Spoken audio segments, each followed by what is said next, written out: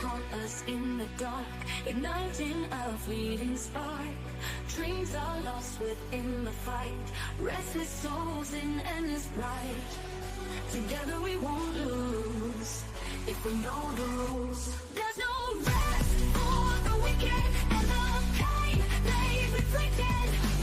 One day we will see a true victory. There's no rest for the wicked, vigilant we shall be.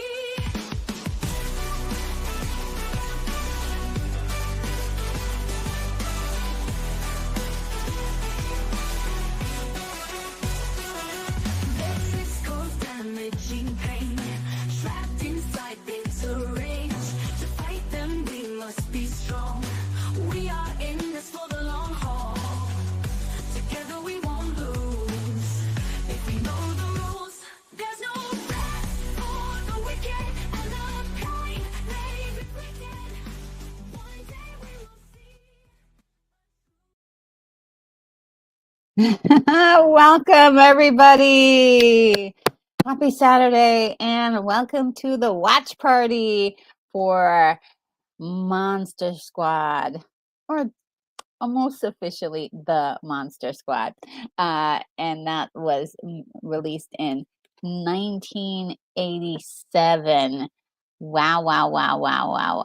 This is one of my favorite cute movies. It's adorable. If you're like a real horror fan, you're not scared by this at all, but it's more fun. It's almost like Goonies to do with the monsters, and it did something that I never saw before in a movie, which was it brought all of the classic Universal monsters together. It's like their own, like they became like the Avengers of the Justice League, but they weren't on the good side, at least not all of them, and they were naughty.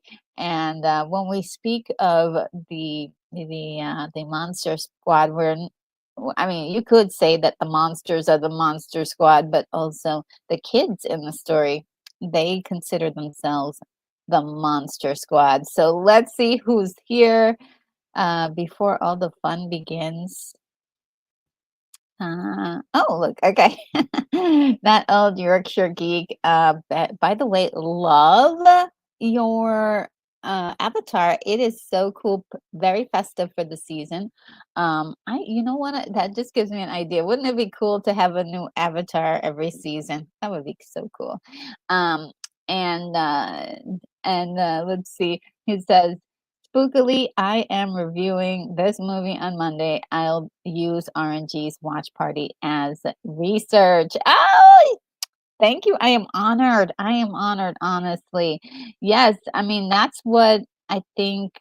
I would love my channel to be like a resource in that way. If you want to just get like another opinion, or like just some details maybe I discover, and I think it is just really awesome. I did see a couple of other channels did cover this too this season, so it's really interesting how we're all kind of thinking about this movie at the same time. It's one of the movies I think doesn't get enough love for what it was able to achieve, and it wasn't like a huge box office success or anything, but it did leave an impact, I think, on everyone who saw it. And Kimberly is here. There we go.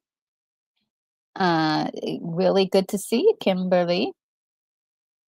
And also says, can't wait.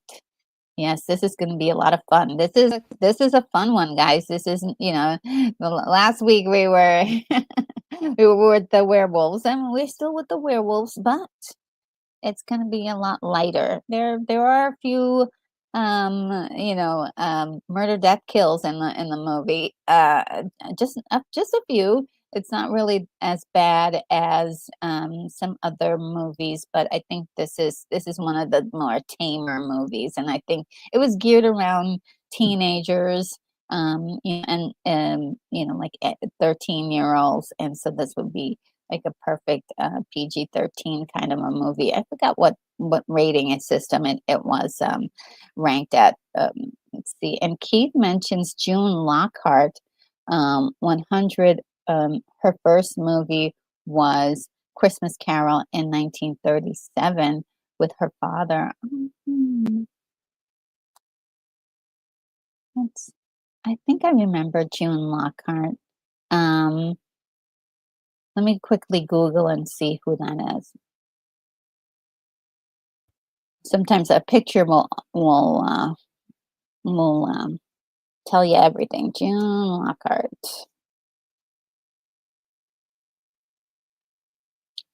Oh, that lady. Okay, so let's look at her life really quickly. Um, just to pay respects. She was an American actress beginning a film career in the 1930s and 40s in such films as A Christmas Carol, just like you mentioned, Meet Me in St. Louis. She primarily she appeared primarily in the 1950s and 60s television with performances on stage and film. On two television series, Lassie, Lost in Space, she played mother roles. Let's see, Lockhart also portrayed Dr. Janet Craig on CBS television sitcom Petticoat Junction. She was a two-time Emmy Award nominee and a Tony Award winner. That's pretty hard to get. Tonys are hard. Um, with a career spanning for nearly 90 years. Wow. Lockhart is one of the last surviving actors from the golden age of Hollywood. Awesome. Well, RIP, wonderful legend. She's definitely appeared in a lot of movies and TV. So yeah, just so sad that they have to pass on because we'd love to keep them forever, wouldn't we? Wouldn't we just love to keep them around forever? So thank you so much, Keith, for that info. Um, and let's see. Oh, cool. Keith says, I found this movie on Amazon Prime. There's about a 30-second bumper at the start of it. You may want to start and get past that. Yes.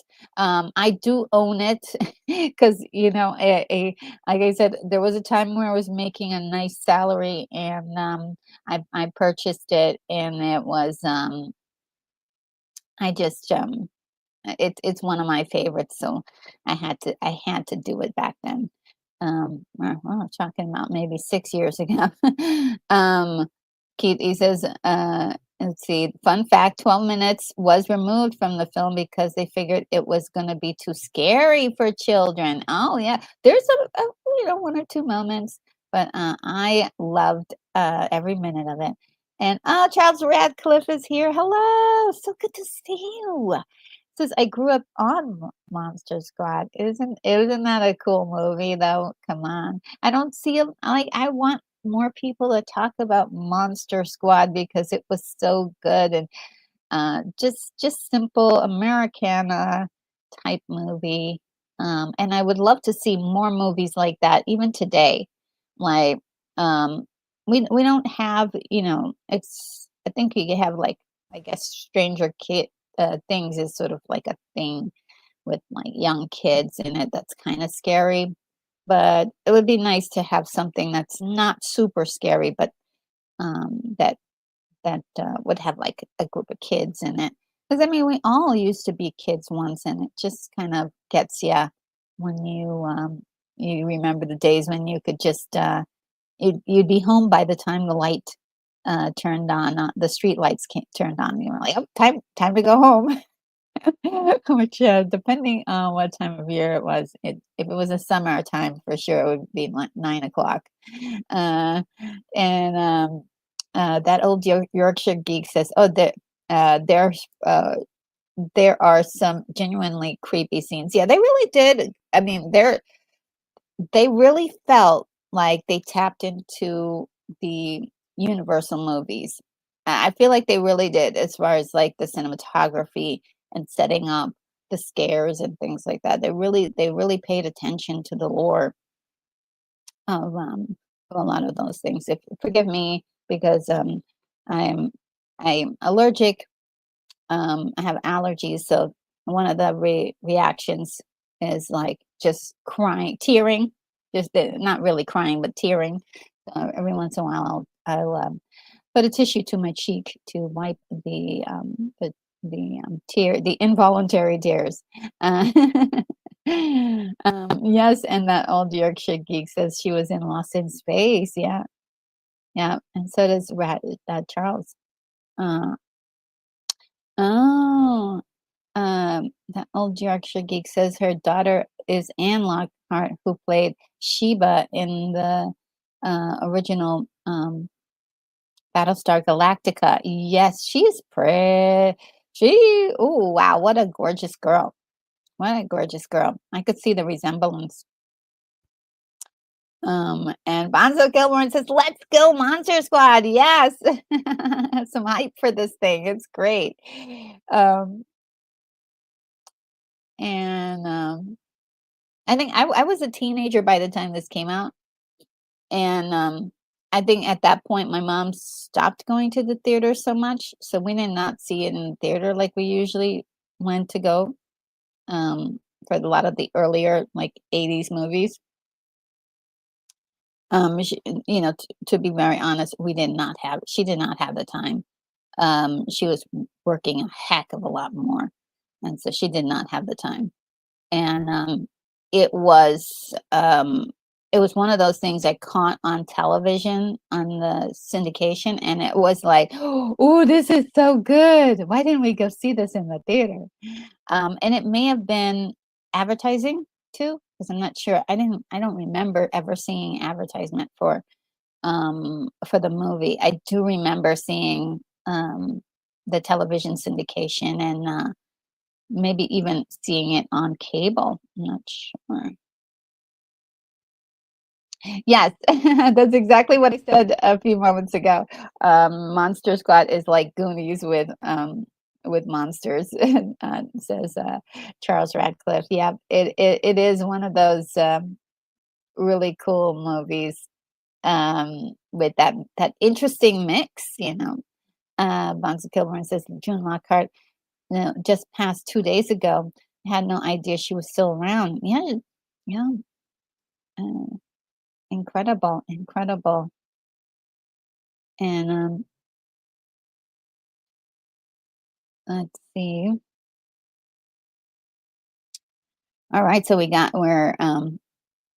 oh, okay, we got one more message. You got Keith. He says, I was raised in New Jersey, right by the DW Bridge or George Washington Bridge, and local advertisement was too expensive on TV for movies. Yeah. Um, Oh, and Joseph is here. It says, never saw this movie in 1987. That the um, in that period of time, I was working 3 jobs, very busy then. Oh, yeah. It something about like the late 80s. Everybody had like was working hard. Like I remember, not that we hardly like saw my mom, but on the weekdays it was rough. And then when she came home from work, she was exhausted. And so I was already in my teenagers years, so I took on a lot of the responsibility of like the housewife. I was playing housewife and like taking care of a lot of stuff. Um, and it was interesting pretending to be an adult because once I was an adult, I was like, I don't want to be an adult, I want to be a kid. So yeah, very interesting. Yeah, it's such a wild time. The late 80s. There was like a shift. I think it's like 1984 was so much fun, and then I would say 1985 things started to change a little bit. Um, you know, just the atmosphere, not in a bad way, but it just was just you just felt like things were changing. as we were moving closer to the 90s. Um, and all right, and so let's get started. The Monster Squad, 1987 American horror comedy, directed by Fred Trekker, and written by him as well, and along with Shane Black. Let's see, Shane Black. And he's responsible for the Last Boy Scout and uh, the Last Boy Scout and the Last Action Hero, which I love. I love. It's my guilty pleasure. If the people don't like that movie, I thought it was so much fun. That's one of my guilty pleasures. Um, it says Peter Hyams and Rob Cohen served as executive producers. It was released by TriStar Pictures, sorry, on August 14th, 1987. The film features pastiches of Universal monsters led by Count Dracula. Count Dracula is awesome. They were confronted by a group of savvy children who are out to keep them from controlling the world. The film was produced on a budget of 14 million. It was released on night. Okay, we got that already, and grossed 3.8 million. So that wasn't a really great. As technically a complete flop, but um, it really never stopped being something that people really remember. Now, I want to also give some flowers to the actors playing the monsters. Okay, so let's see if I can get there. Oh, by the way, Stephen Macht is in this, who is in the movie Galaxina.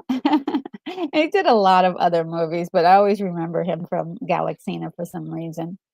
Um, and he plays the dad. So we've got Duncan. Oh, let's see if I can get his name.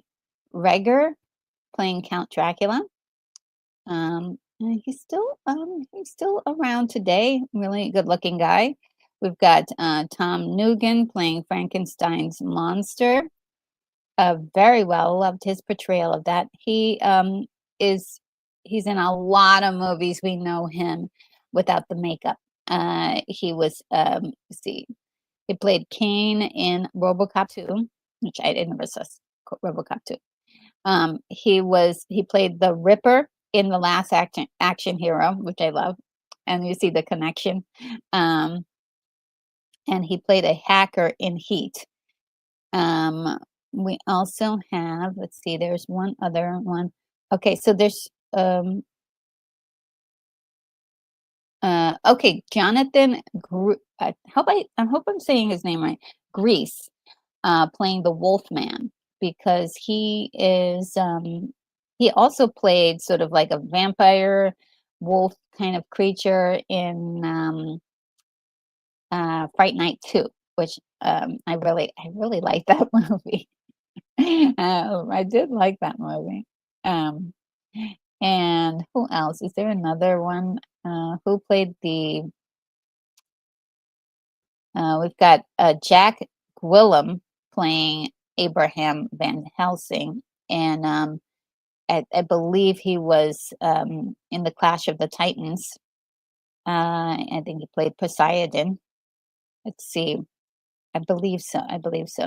We have Michael Reed McKay playing the Mummy, and we have Tom Woodruff Jr. playing Gilman, which is the creature from the Black Lagoon. So just wanted to make sure to give them their flowers. There was some vampire brides as well in this movie, which I'm so glad that they pulled up that trope as well. But I kind of felt bad for those girls. See. All right. So I think we're ready to get going. Let's see. Let's see. Oh, you guys had a lot to say while I was rambling on. Um, oh, CG Experiment is here. How are you? Says, how can you not love this movie? The final line is perfect. Yes, and um,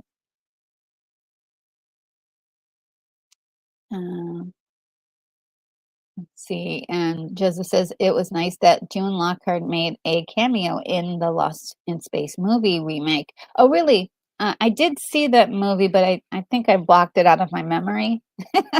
It was really, they went really dark with Lost in Space. It really, I think a lot of times they don't really understand why people love these things.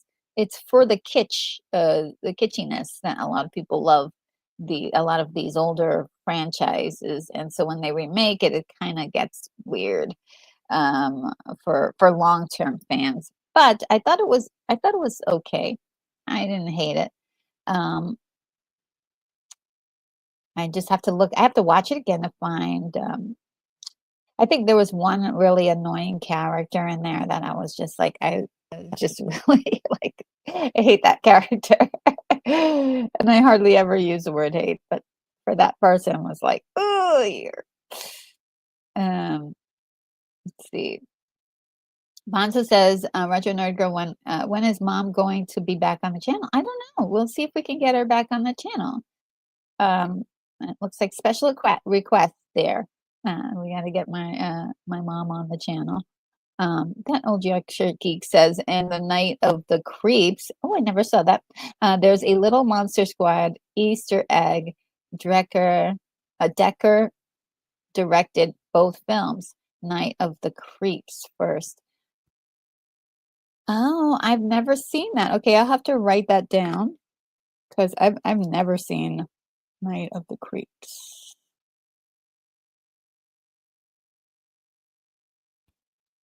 I like this director. Possibly I might like that too. And Keithy with the fun fact says they said Liam Neeson was filmed but never put into the movie. Yeah, he was up for Dracula. He was going to be Dracula. And so it's kind of it'll be interesting to see like some of the scenes and imagine Liam Neeson doing that. So, I forgot what reason he didn't end up doing it because I thought it would be, with the height and him being so tall and his voice and everything, he would be excellent. But yeah, I'm not sure what happened, but I think that the guy playing Dracula did a fantastic job. I don't know. What do you think? All right, so let's get it going, guys. Let's get things started. I don't want to hold everybody up too long.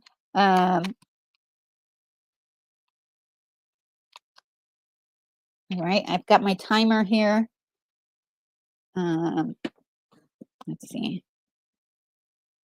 And I've got my video keyed up. Just, I'm really having a hard time with my clicker, so we may have a false start. Just going to warn everybody ahead of time that there might be a false start. But if we might be able to get away with doing it the first time. All right. So,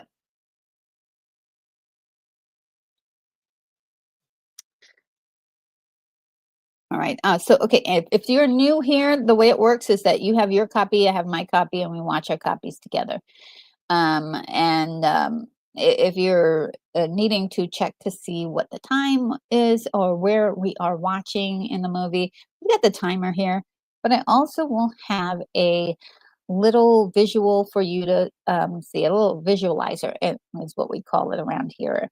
And you'll be able to see the closed captioning. So you'll at least be able to match that up with your copy and we'll be on the same page. If you know this movie inside and out, you probably don't even need to watch the movie. You could just see the visualizer and figure things out per scene. Those are for the super fans. So, without further ado, let's get it started. We're gonna get the hype video. So go get your snacks and all the things that you get when you are watching a cool little movie like this. So let's see. Here we go.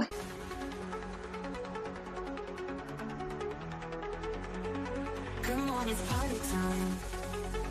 Hear the alarms chime. Let's watch a movie. It's time to get groovy. It's time to party, party, party. We got to party, party, party. It's time to party, party, party.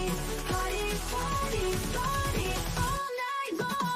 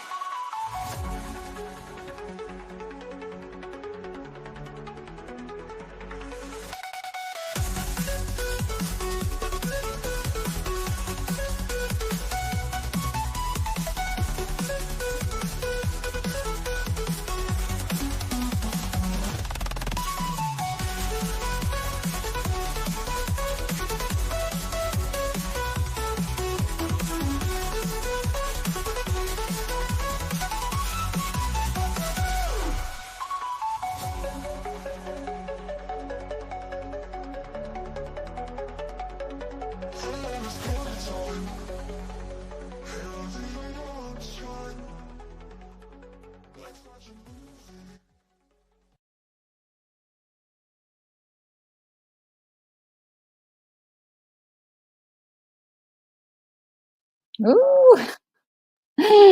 Of course, you know I was dancing. Yes. Yorkshire Geek knows that this is what we do over here. We dance and we party.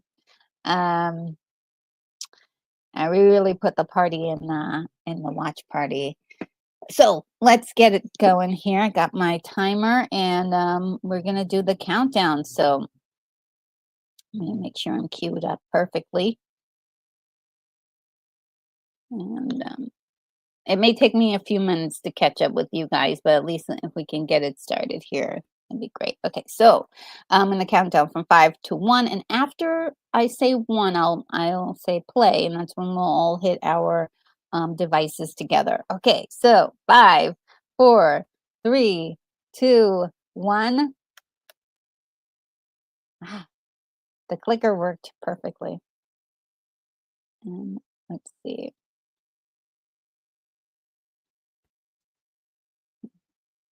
Do the right one. Okay, that's perfect. And,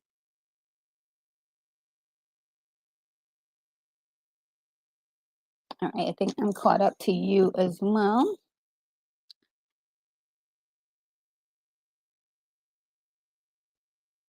100 years before the story begins, it was a time of darkness in Transylvania, a time when Dr. Abraham Van Helsing and a small band of freedom fighters conspired to rid the world of vampires and monsters to save mankind from the forces of eternal evil.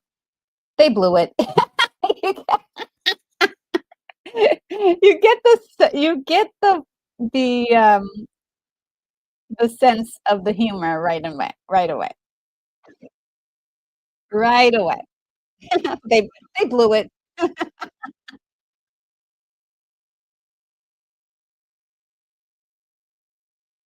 Okay, look at all of this atmosphere, really great stuff.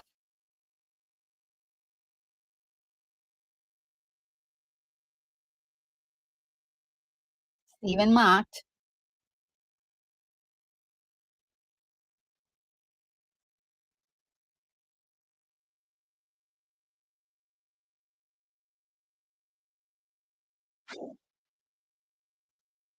I don't know if you guys have ever seen Galaxy, and it's like the funnest. Silliest movie ever. With Dorothy Stratton is in it.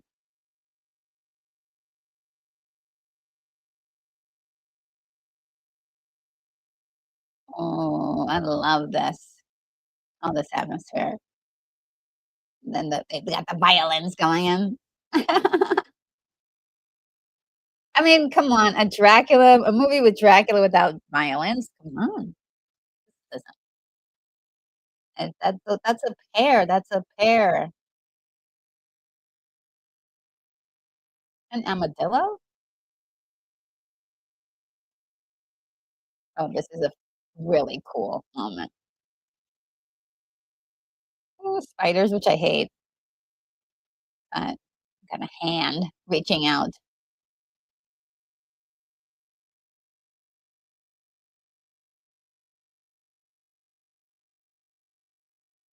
This is pretty cool.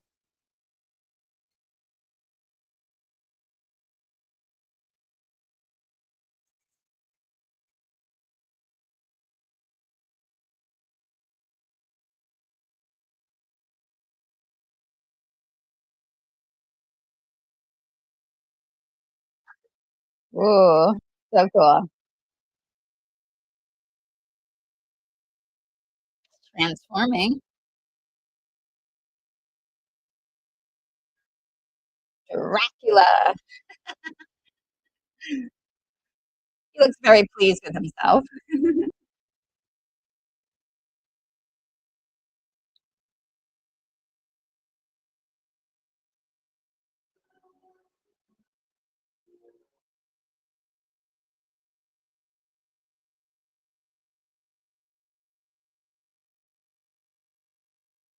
Uh-oh. Oh my god, I love the emojis in the chat, guys. Hi, Crouching Taylor, Hidden Swift. So good to see you. Oh, I love it.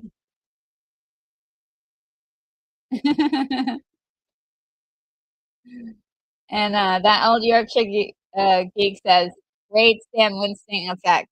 Oh, no, I hated that they killed her.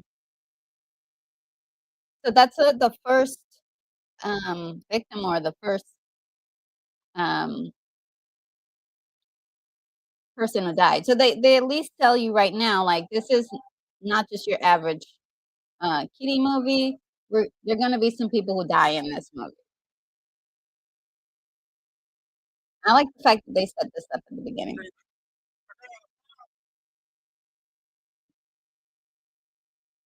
I couldn't even give the poor girl some shoes, poor thing.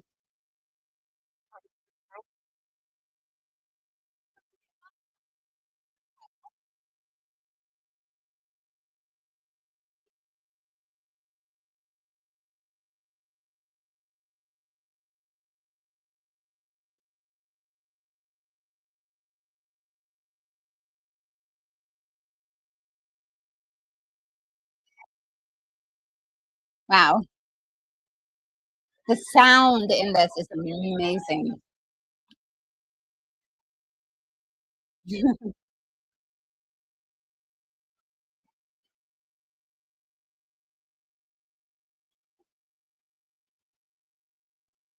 Van Helsing is, like, crazy.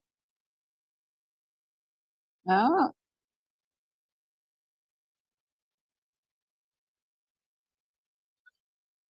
poor girl.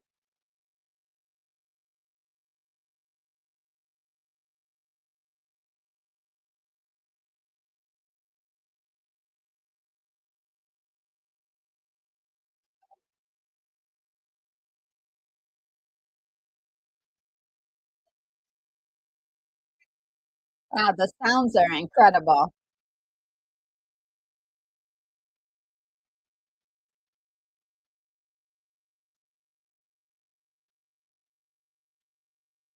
I like the fact that it ends with you not knowing the final result.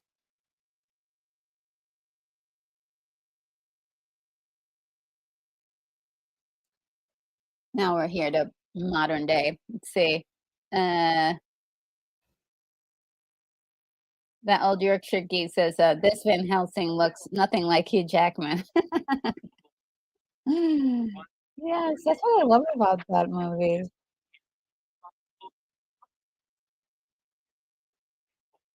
Oh boy.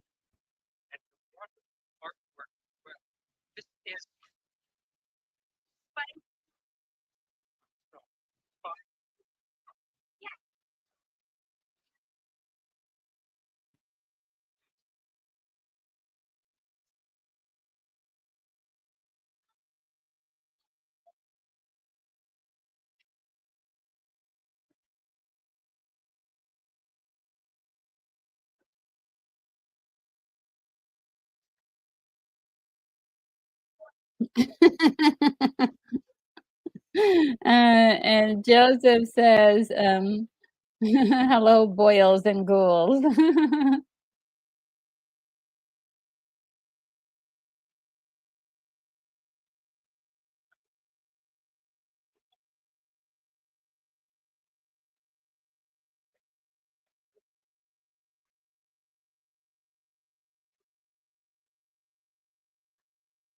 Oh boy.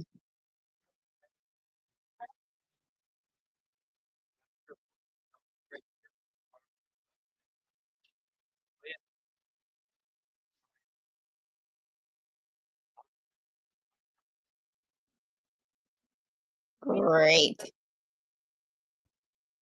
He's like, "We don't know that, sir, scientifically."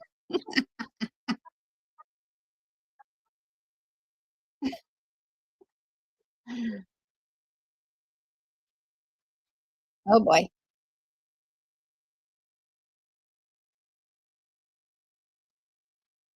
Ooh. I thought Mrs. Carlson was gonna play a bigger and, like, I thought her character was gonna it was gonna be part of the story a little bit more. Oh, I hate this part, guys.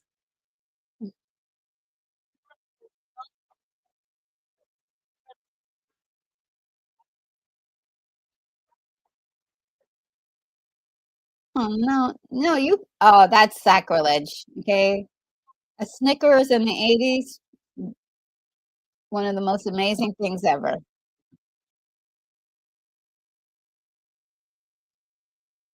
Can't can't do that.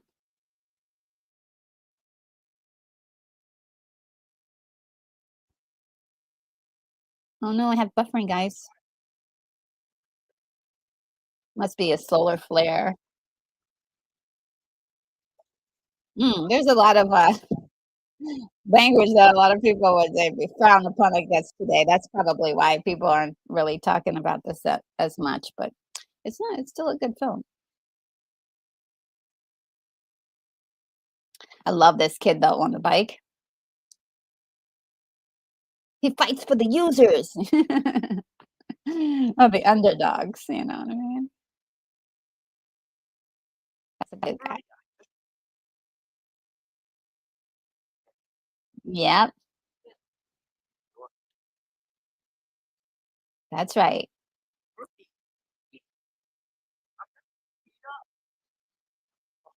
Yep.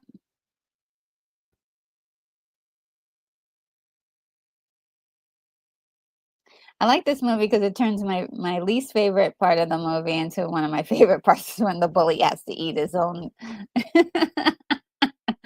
dirty ew. His own dirty, bar that he dropped, basically created a mess, and he reaped the consequences. Oh, I love this little girl. I'm so glad they had her in the story.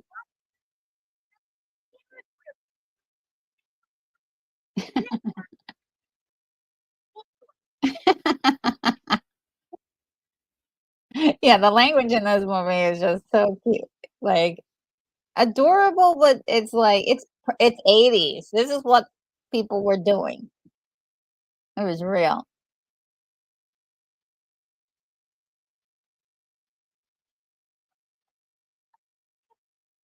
Look at that house.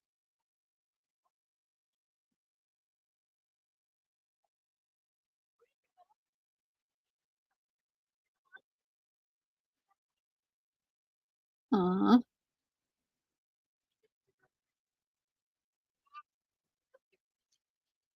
There's a reason why he wants to be part of the club, though. It's really cute. Oh, no, they they kicked Ke Phoebe out. I don't like that.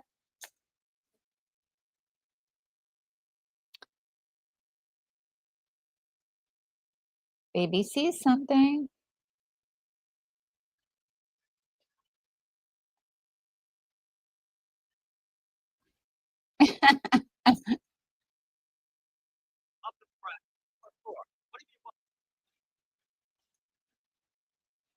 Okay, this is reminding me of Salem's Lot a little bit.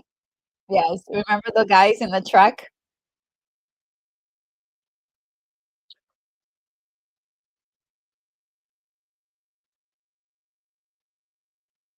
And then, if you remember Dracula 2000, there was a scene, very similar to this, in a plane, but way more scarier.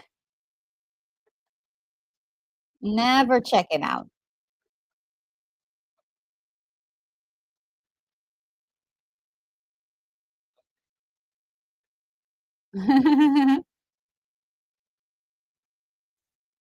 Let's see what you guys are saying. Back then, in the UK, Snickers were called marathons. You're welcome. Oh, okay, first of all, I would've went back there and saw the bat, and then I would've left.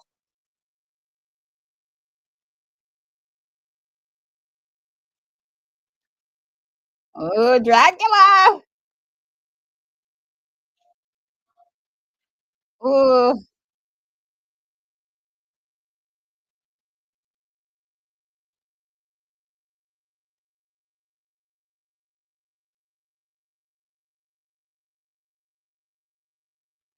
Frankenstein.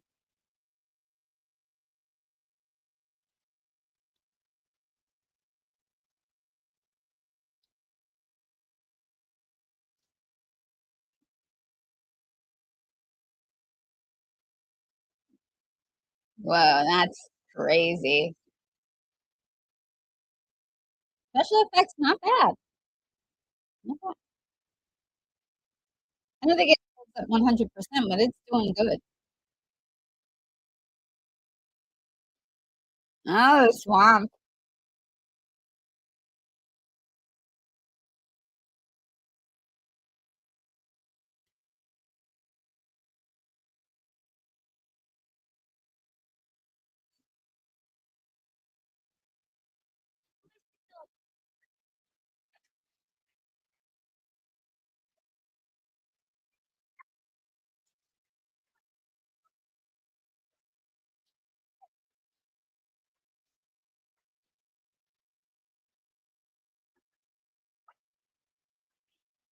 Oh, this is their clubhouse. Mm. Oh, hoot owl. Hello there. How are you? Welcome to the party. I needed one of those stingers for like Die Hard, and he says, "Welcome to the party." He says the creature from the Black Lagoon. Yes, he's coming soon. Gil.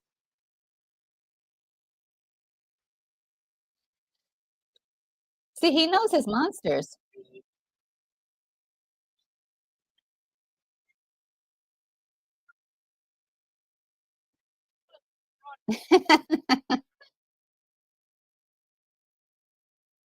Oh,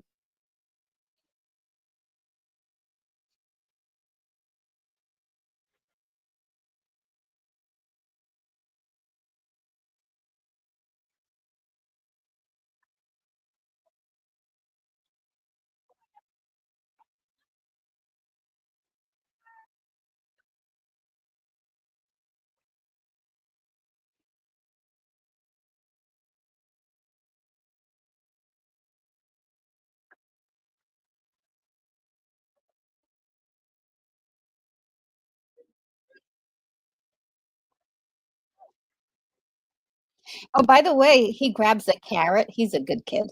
He's a good kid. He grabs a carrot. He's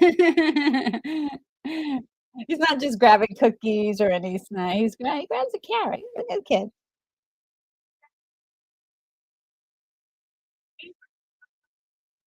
But to be honest, when I was a kid, I used to always eat the carrots, like, because I wanted to be like Bugs Bunny. So now, okay, this car is pretty amazing, and this is Dracula. How did he get that cool car so quickly?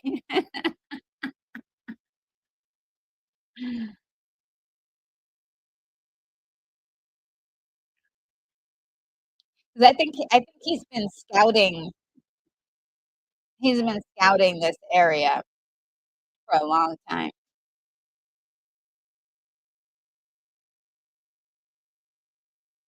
Ooh, that nice little hint of, like, him without skin. Very interesting.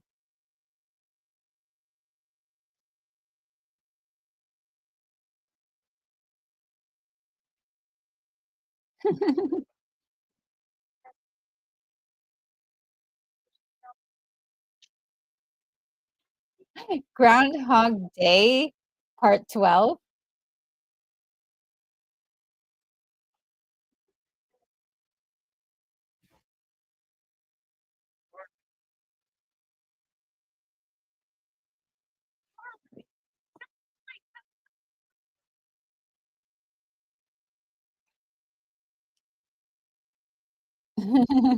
A different Groundhog Day than we are thinking, not the one with, uh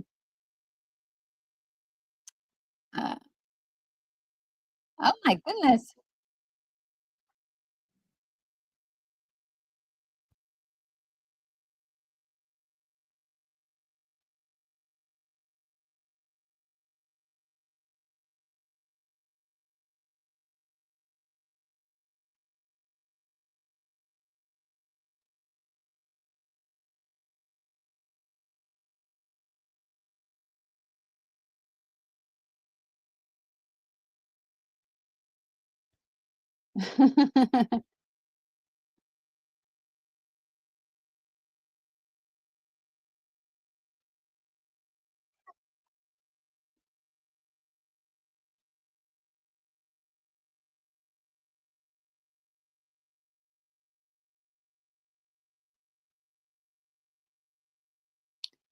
No.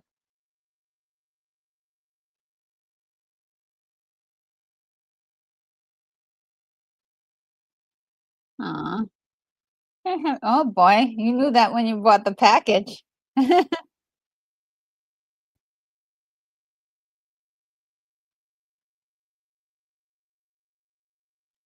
Oh, that's hard for both of them.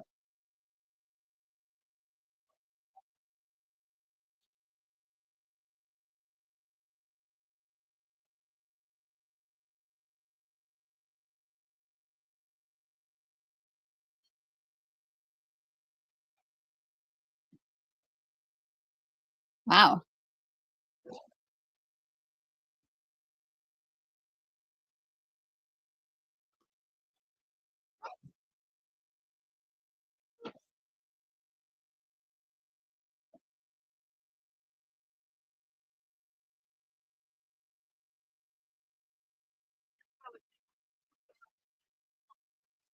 Oh boy, it's starting to happen. Dracula did say, "Let it begin."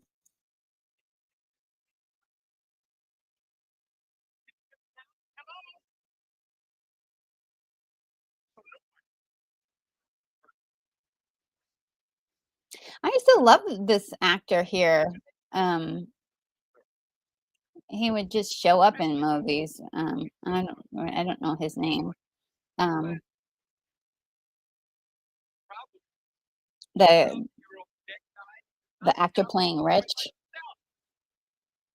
he would just show up in, like, random movies.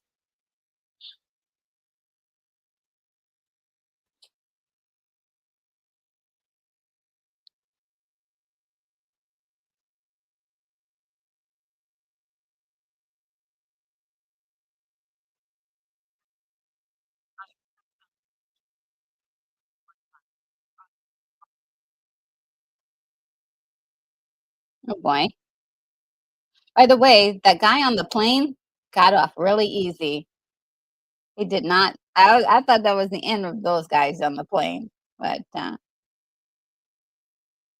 luckily they made it out alive. They all made it out of the story alive. Oh boy. Ew, look at those nasty toes. You gotta clip those toenails, dude.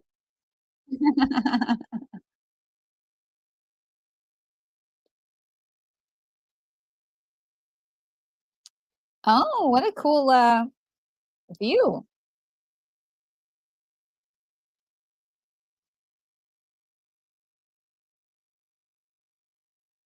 Aw.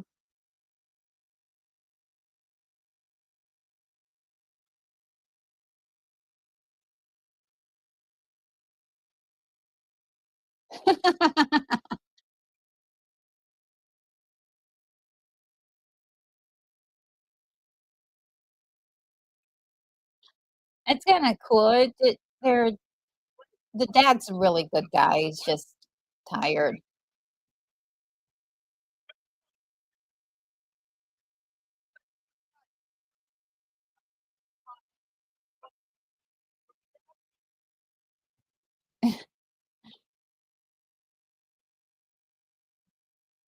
Ooh, this scene here.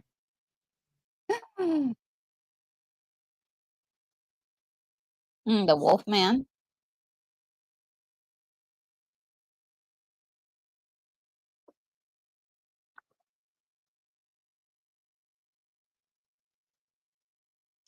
I thought the wolf man design was very interesting.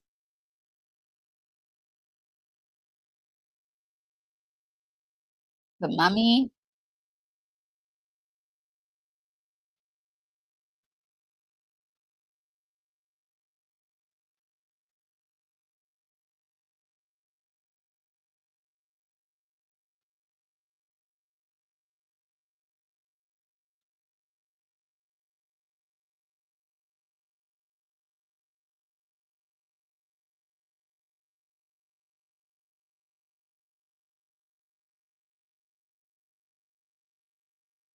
He uses his cane to, like, do all of his,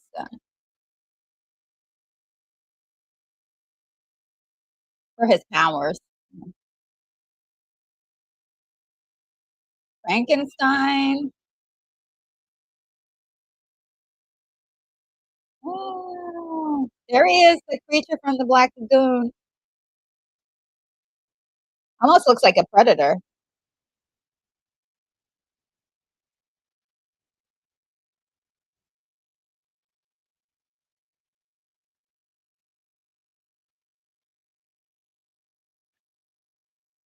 Oh, there he is. This is one of my favorite characters in this movie.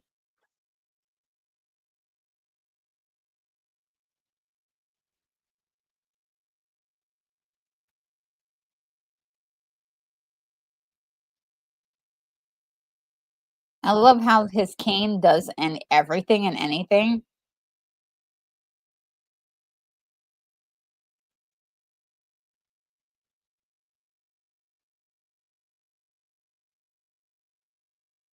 Let's see, um,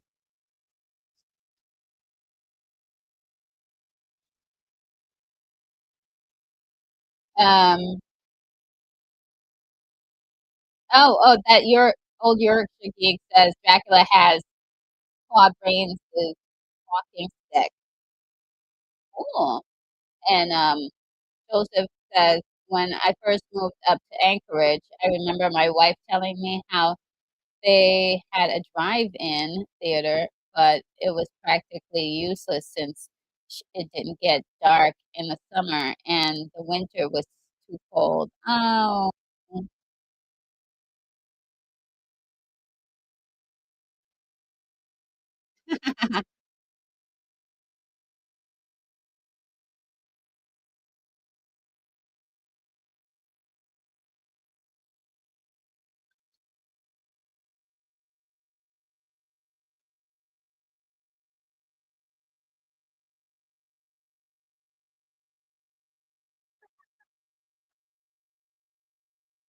She's so cute.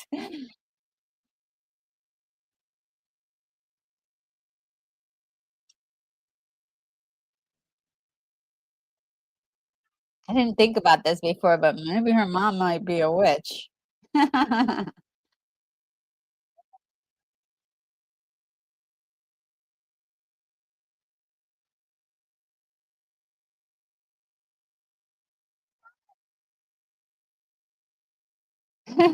She's like, "What are you talking about?"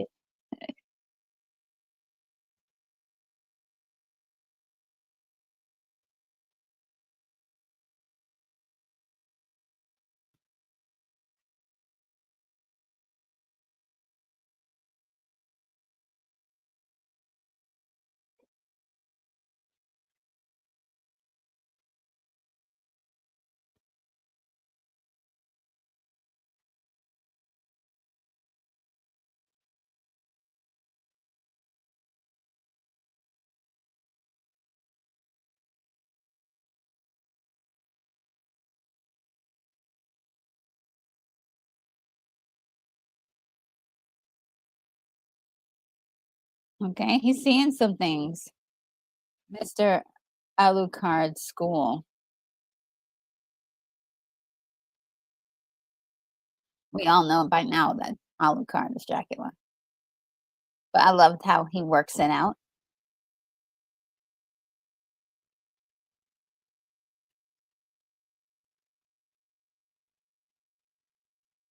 And he's a lefty.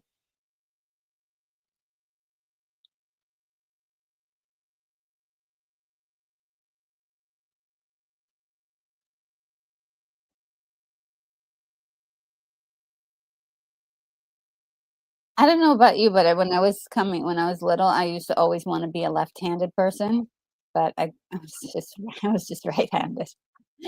At one point, I could write with both hands. This one. He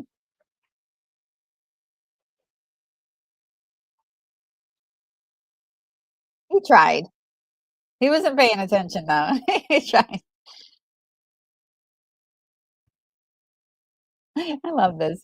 This reminds me a lot of, Nightmare Before Christmas in many ways.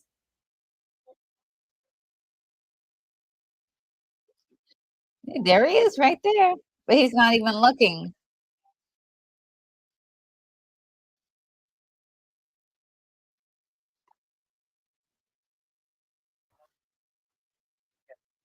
Oh, no.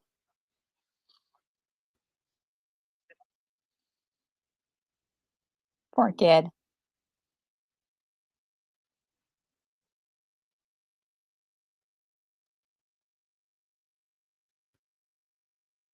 Thank goodness he just left. What was he doing in that boy's closet anyway?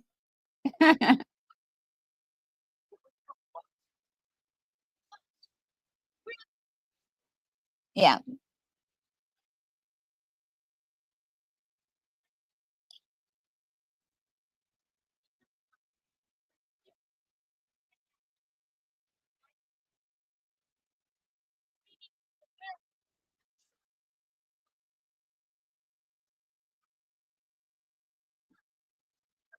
yeah, he killed the coroner guy, so that's another another victim.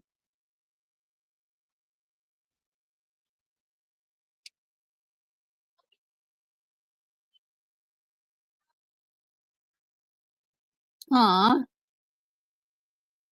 I don't know why they didn't believe him.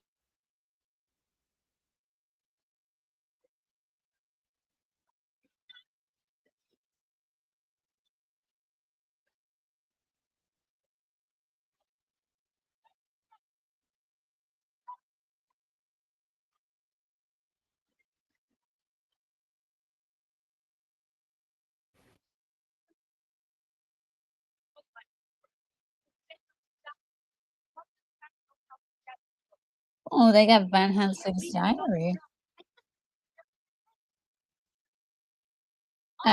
Charles Radcliffe says he has a Robotech shirt on. I love that cartoon, even played RPG games. Ooh, cool.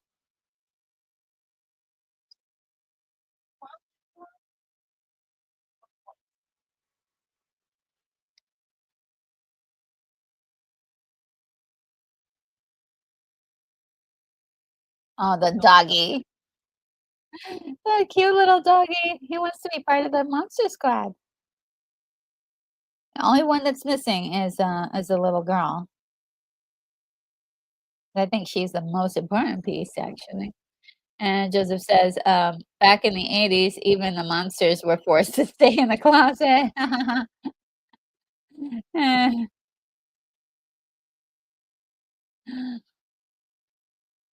Oh, it says that even the poster, which featured the battleship Yamato, is on the wall. Cool. I didn't notice that.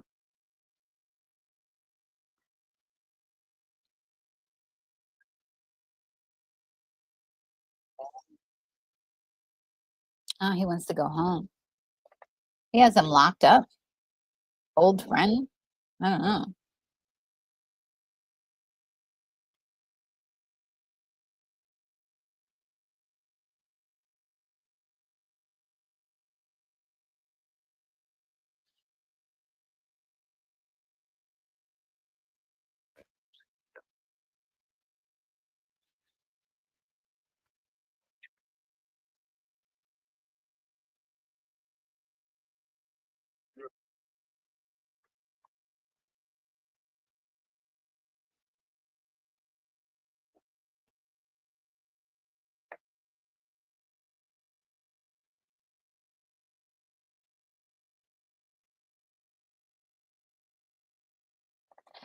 Kill the children? Okay.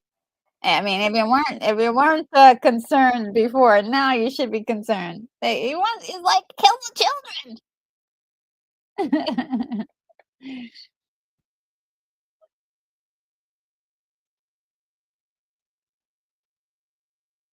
That old Yorkshire Geeb says, do you know that what the mummy's favorite part of making this movie? Uh, the rap party. Oh, nice. Oh, here's the German guy. He comes in right in handy because Van Helsing's book is in German. Oh, this is from the classic movie. I need those platforms in my life.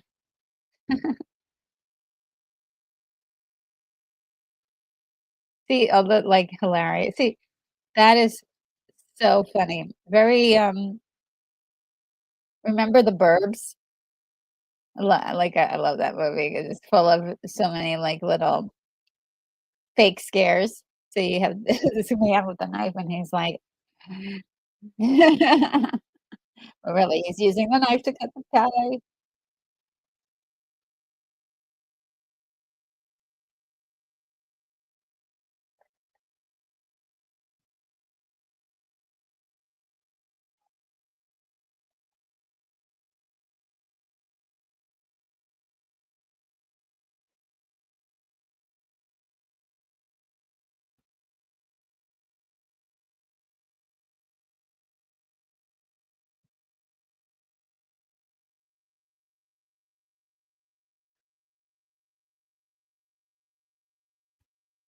Oh,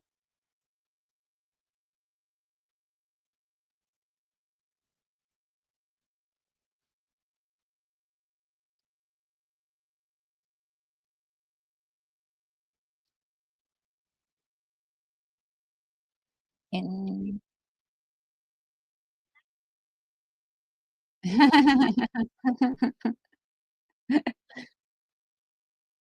Oh, wow. Thank you so much, Skywalker the Jedi, a member for 19 months. Wow, that's really amazing.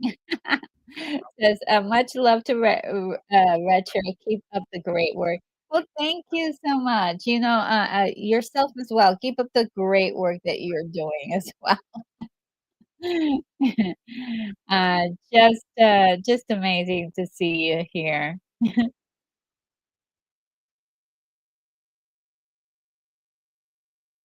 Oh, Joseph says the old man likes pie. He's a good man.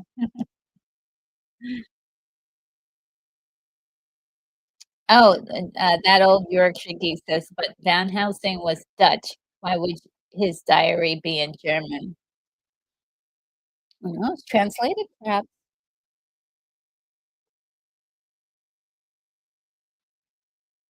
Oh, so it's really sad because that young girl was taken into limbo.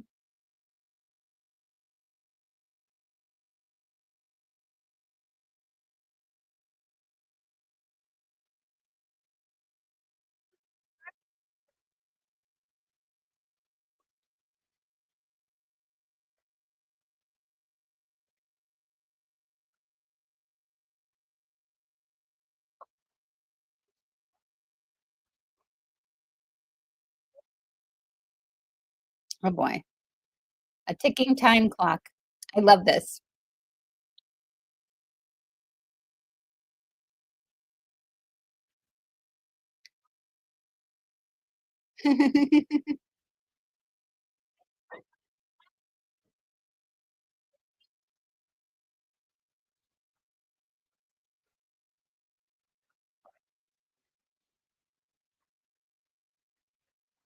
They show you his reflection in the back. Yeah.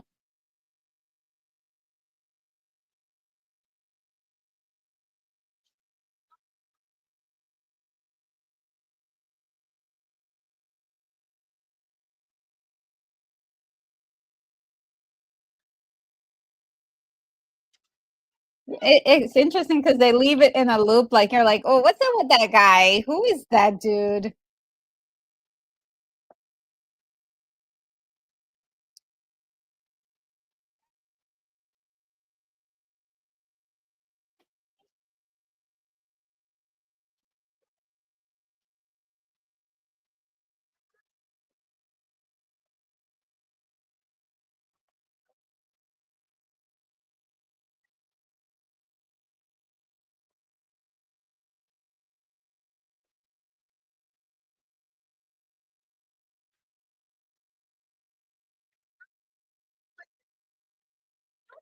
Oh, oh, wow, you guys are so sweet. Charles, thank you so much. This is member for 19 months. Retro, you are beautiful and awesome. You are so kind. Thank you so much. So much. You guys are gonna make me start leaking. Why are your eyes leaking?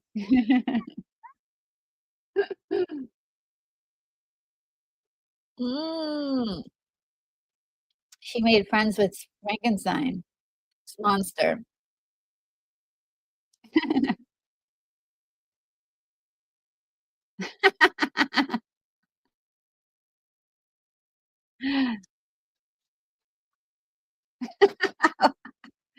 How does he think that's gonna work?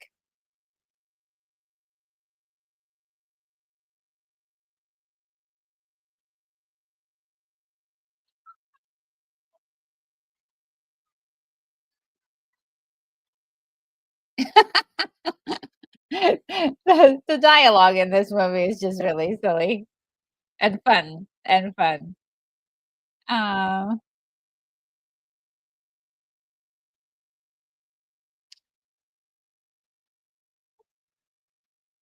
oh, Joseph Puget says, Van Helsing's page translated, "It was a monster mash. It was a graveyard smash."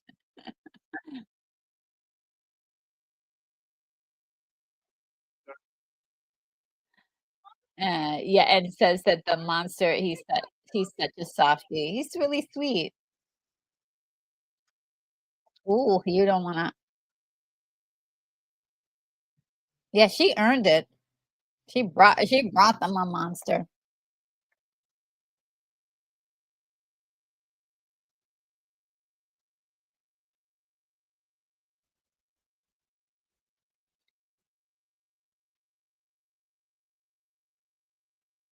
Bogus.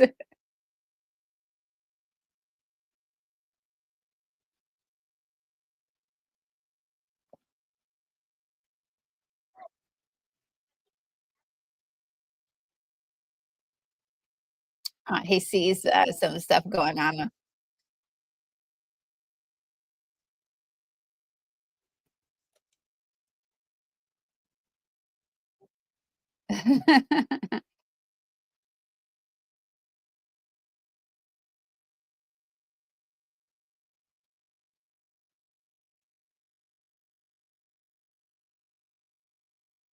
At first, I thought that was like a box full of donuts. I was like, "Yeah, you give him food, give him food."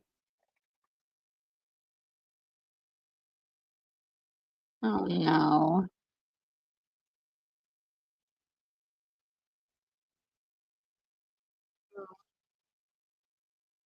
Aw. Aw, I love that. He was like, "Oh, that's what you guys see. You see a scary face, but I'm really kind." Uh-oh, nighttime. Let's see what Dracula's up to. Um, Joseph says, does that girl do anything other than change clothes 24 hours a day?" I know that so as well, later on, she has more of a purpose, but you're right. Oh my goodness.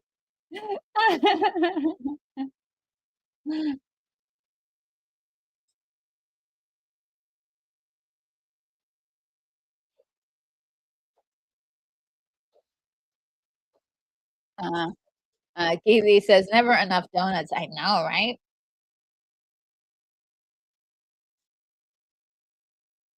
It's been a while since I've had donuts. Um, they're a bit too sweet for me, but, I do love a plain donut. Ooh, that's dangerous, guys. Just a plain donut, nothing on it. Oof,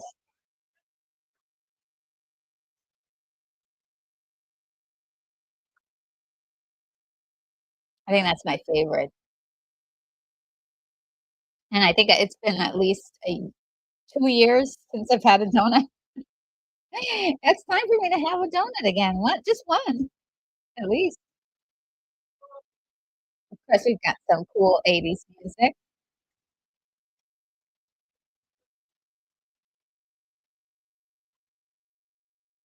and the, obligatory '80s montage.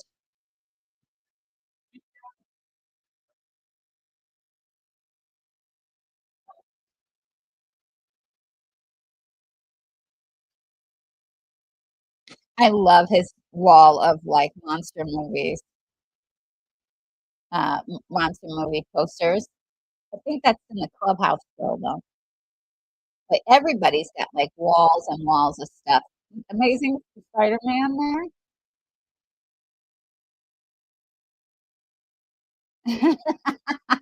They're sending a letter to the army.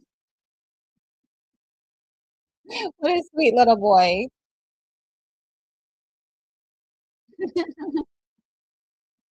And the puppy licks it. So cute.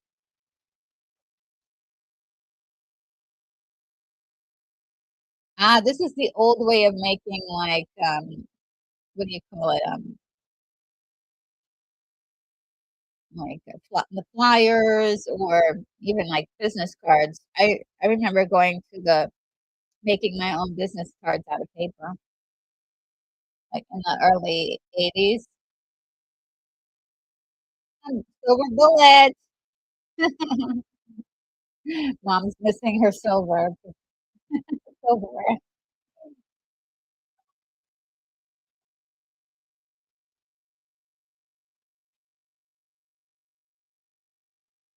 Okay. It's stealing, don't condone it, but he's doing it for a cause to save the world.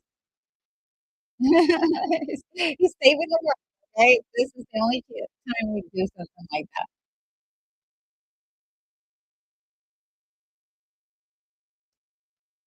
There's all the, um, product placement right there, the Pepsi.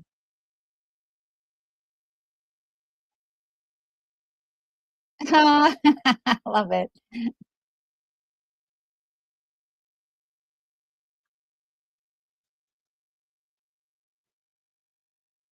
Ooh.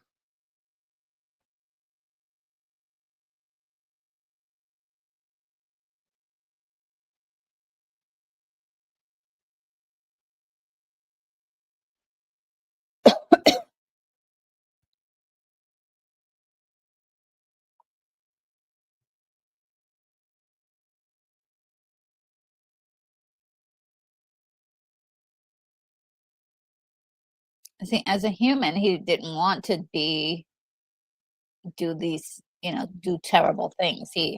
He's a good guy. It kind of sucks that he gets wrapped in just, oh no, these poor girls, they're innocent. He just picks up like three girls.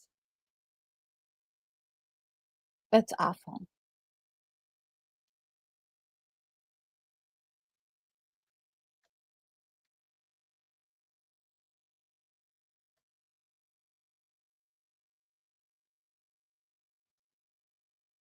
They're still trying to make the repairs from the last time the werewolf was there.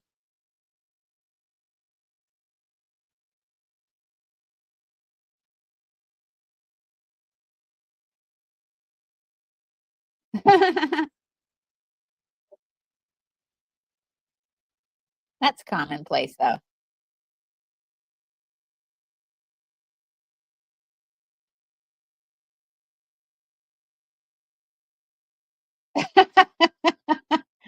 I like this, like, banter between these 2.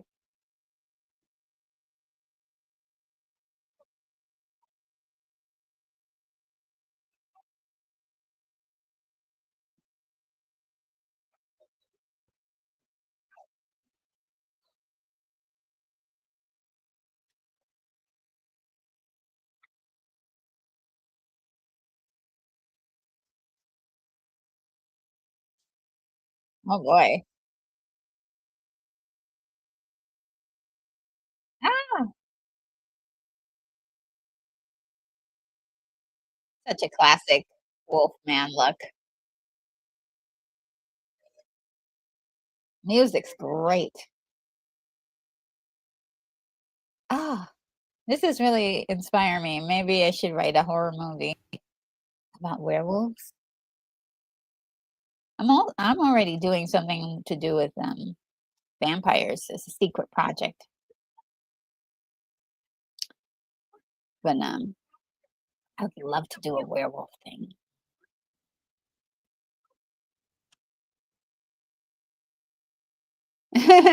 He loves girls, but he really likes it. He likes her a lot. Ah, don't ah.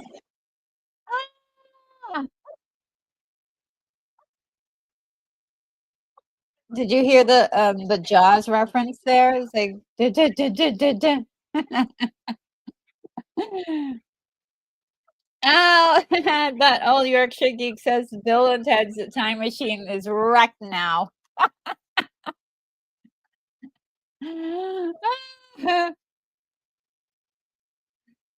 And Joseph says Dracula's famous pickup line is, "Come with me for a bite to eat." Oh, man.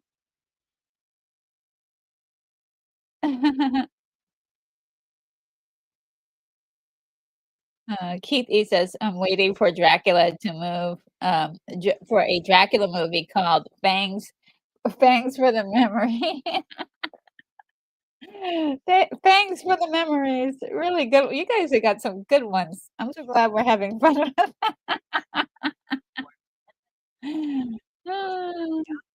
Oh, and, I forgot this one, well, that old Yorkshire geek says, "Is this the most Spielberg non-Spielberg film ever?" I know there's so many people who have been, inspired.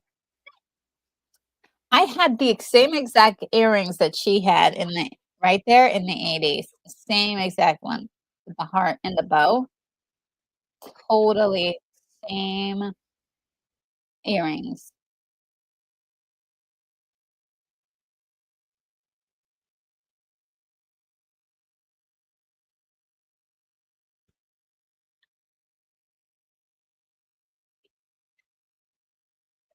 So they're looking for a virgin, and I think she's Like, "Oh, yeah, sure, my virgin." 'Cause y I mean, who wants to admit that they're not a virgin when people come up to you and ask you if you're a virgin?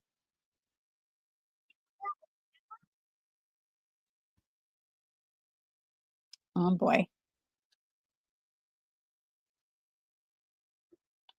Oh, boy.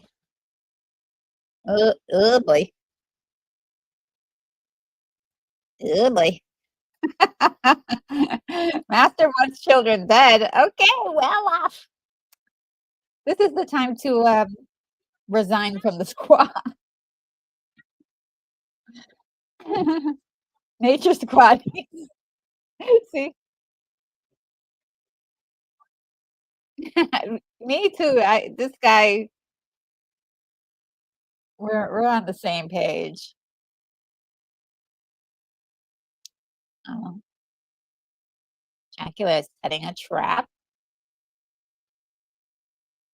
We need Admiral, Akbar coming in. He was like, "It's a trap." Ah, mm. Let's see what you guys saying.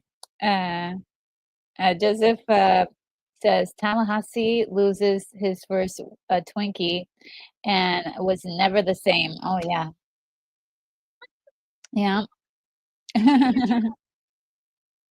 He First of all, Twinkies were, like, the best things ever. It's still pretty good though, to this day. It's been a while since I had a Twinkie, but, they used to be amazing. Oh, no. Uh-oh. Oh, no. He was waiting for the sound, and the kids were so light-footed, but Frankie,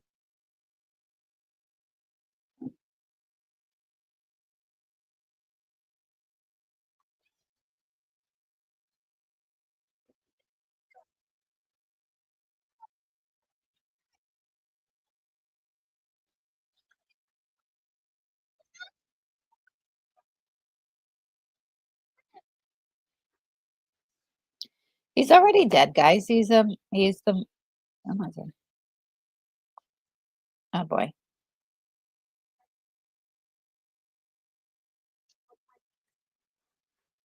That's right. He's taking charge. I like that. Oh, no!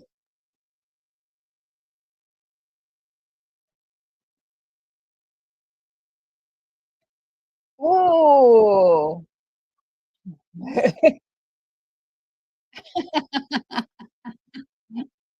Those are some brave kids, I'll tell you that.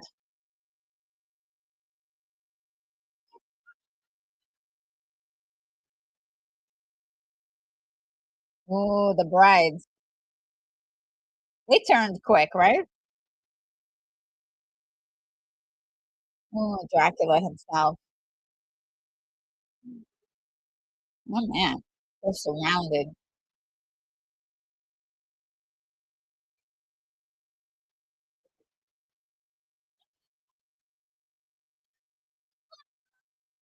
Love it.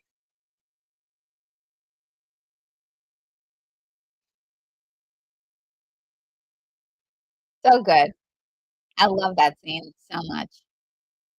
It definitely it's like it feels like Indiana Jones, Universal Monsters. It's like everything all turned together, Goonies, just, like, smushed together. Uh-oh. Even like Lost Boys a little bit.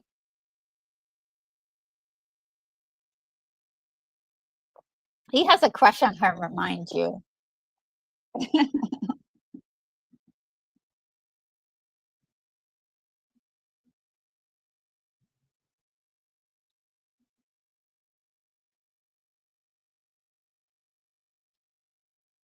It sorta remains with the trope, like, sometimes when you're a kid and the guy who punched you in the arm was the guy who liked you.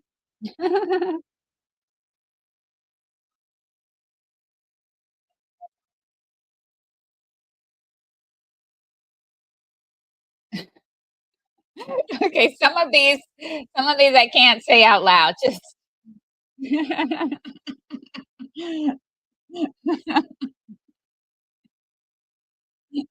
one I could say is Joseph says, "The wolfman isn't neutered."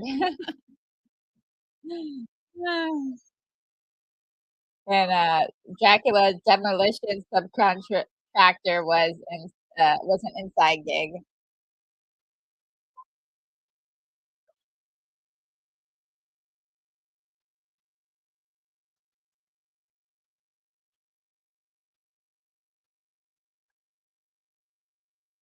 And you guys should have came prepared with steaks and garlic and the whole 9,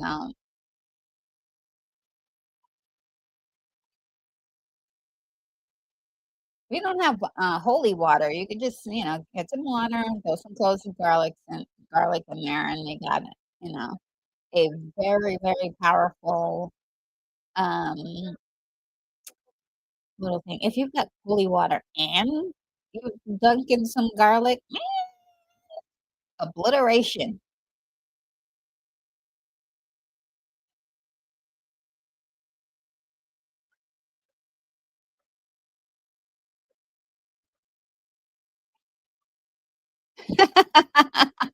Monsters hate religious stuff.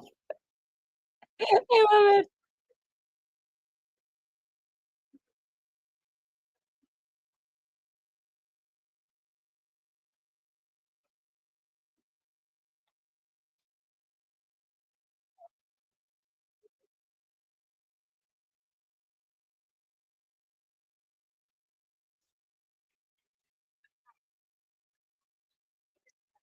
Ooh. Oh, man. It was The Mummy before The Mummy. Well, before The Mummy movie in 1999.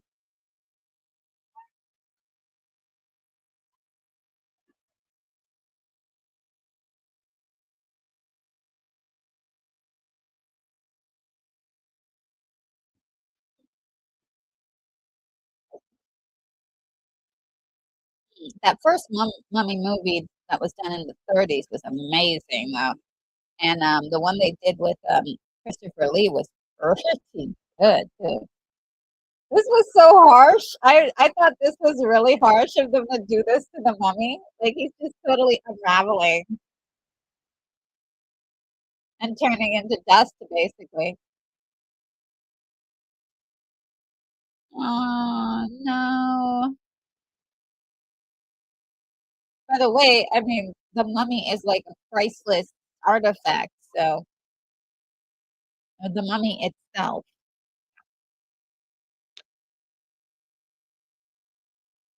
Ah, Dracula's car. Oh, I love that. If you didn't believe that there were ghosts or well, that there were monsters, you gotta, like, say something about that.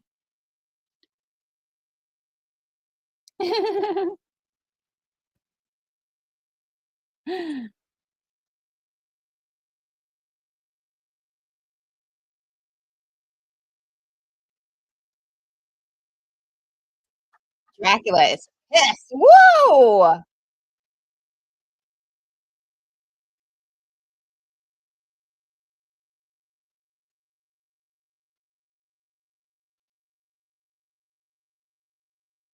He's not even playing around. It's like dynamite. Oh no, the clubhouse.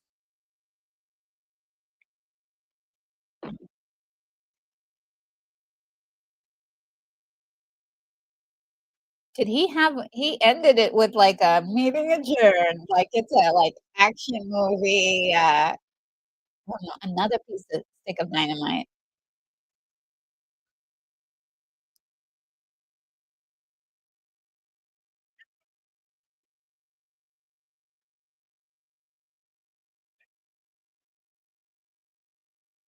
Oh man, that's cold.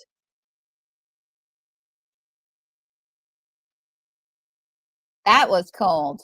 They did him dirty.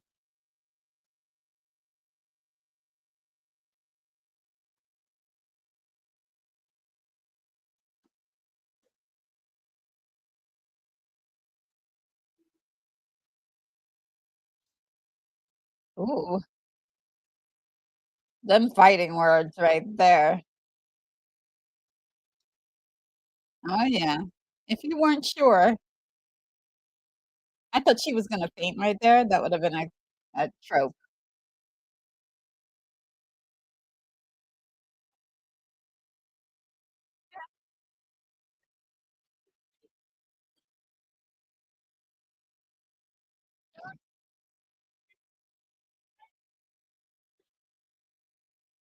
Mm, and the clubhouse is just on fire back there.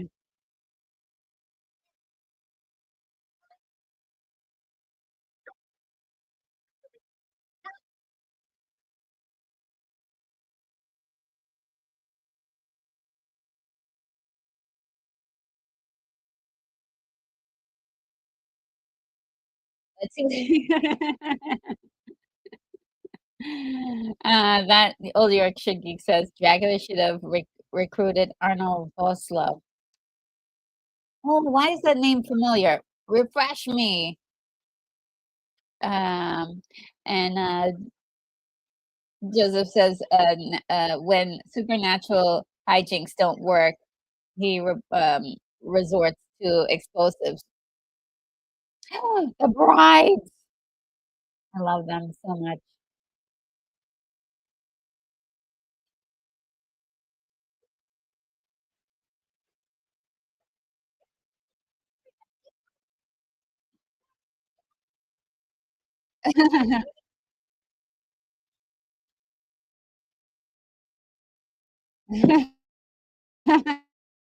Rudy's like the coolest.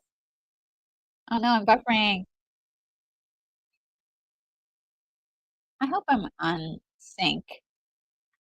All this buffering. Maybe a few. I think I'm 5 seconds behind the clock. Ooh, and that lady was innocent. She's now she's one of the undead, so they have to be killed. Ooh, that's really sad.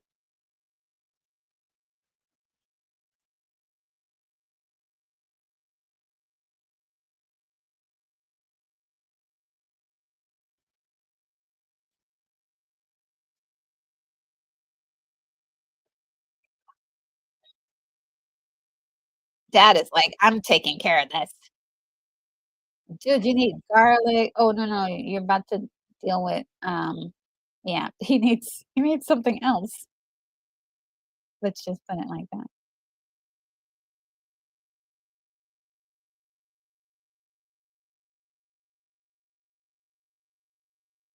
Oh, Dracula is not doing so good there. Oh, he's got backup. I thought it didn't. Whoa.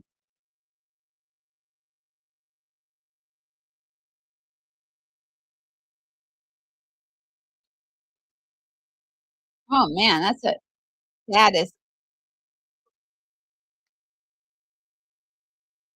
oh, boy.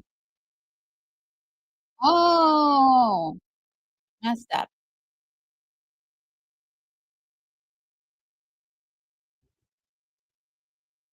Oh, he escaped. Oh, boy.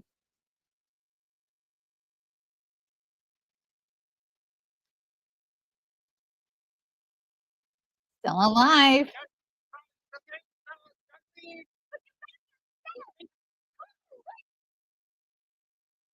Alright, let me see if I can catch up to the actual timer.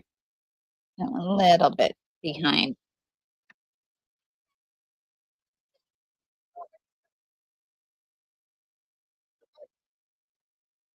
Alright, I think I'm there.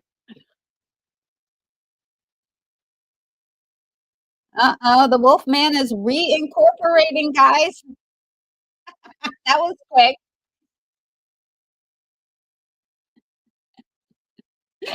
Joseph says, "Wolfman WWF wrestler." Yes.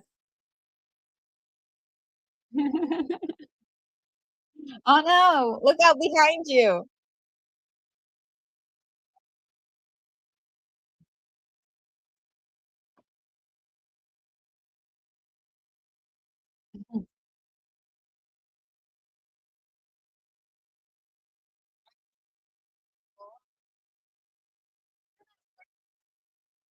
Oh, boy.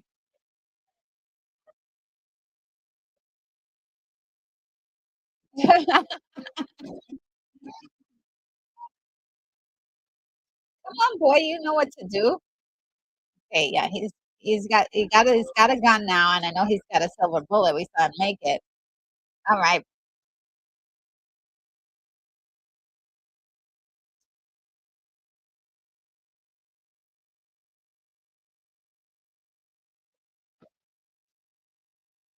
We need to get this boy therapy after this because he's done a lot of killing. Oh, no, poor oh, he's so innocent. But he said thank you. He wanted to die so he could stop being a monster. Oh, no.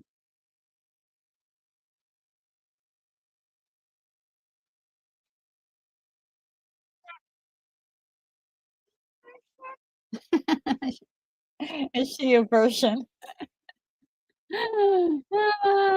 Charles Radcliffe. Steve says, "I don't know her.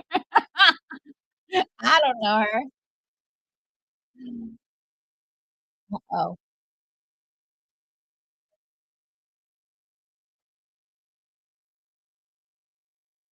Oh, no. That creature looks so good. Yeah, this he's gonna need some therapy too.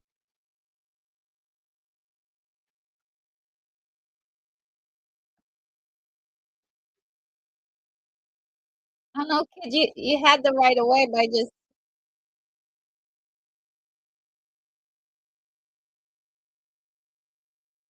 that was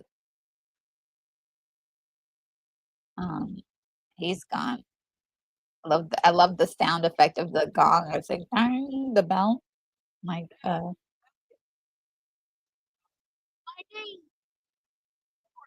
that's right.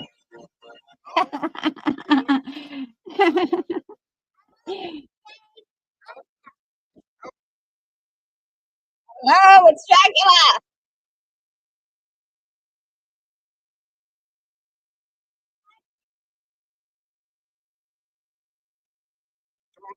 I love she's so cute. She is adorable. She is so I love her acting in this movie. There's so many kids that don't know how to act, but I mean, just because they shouldn't be.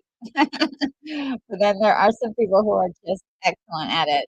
She's good at this movie.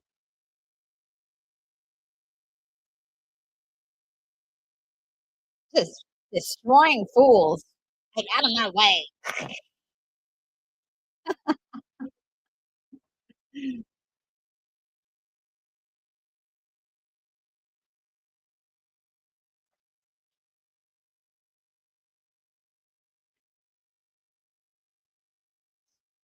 He's not a he's not a virgin. I can't say those things. He can't say the lines because he's not a virgin. Oh, poor little girl. First you think that he's gonna be kind to her.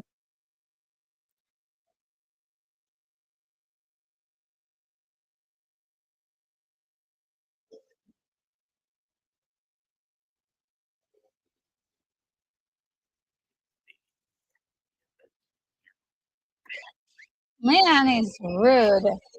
Ah, that's Dracula's scary face.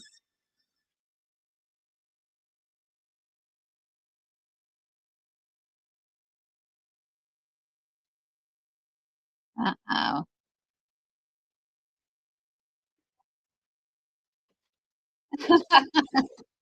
Oh, boy. Thank you, Frankie.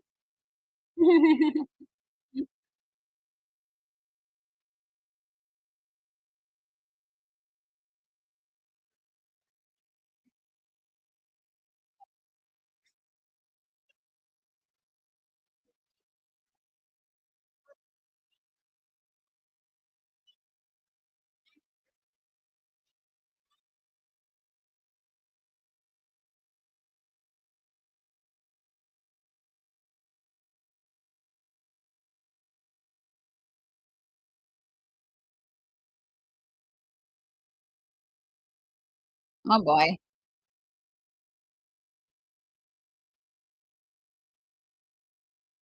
gonna suck everybody inside. Uh-oh.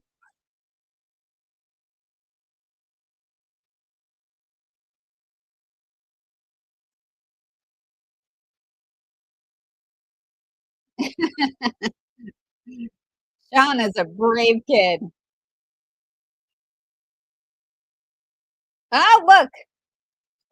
Oh, man. Sean, you got lucky, but you were thinking on your feet too.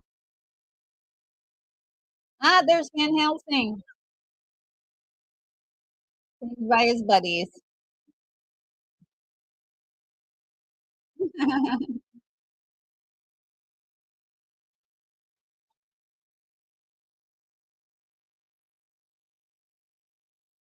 Ah, yeah. So a couple of people got grabbed from the, oh no. Yeah, a couple people went into the void. Oh no.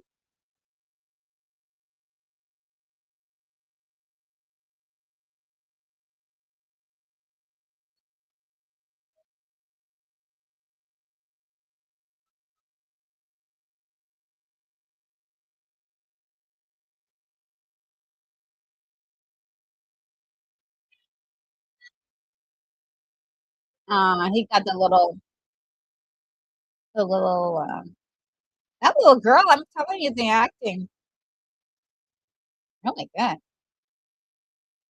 He got a friend to keep him company while he's in the void. So so cool. Hope, yeah.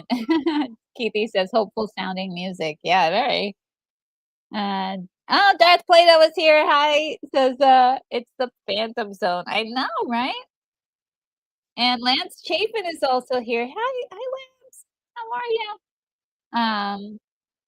Yeah, it's the I feel bad because that young girl from the beginning is in the Phantom Zone as well.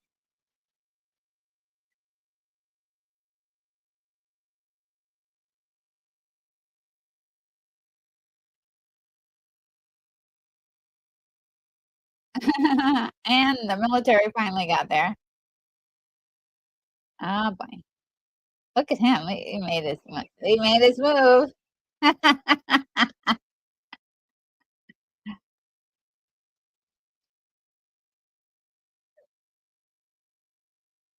Aw.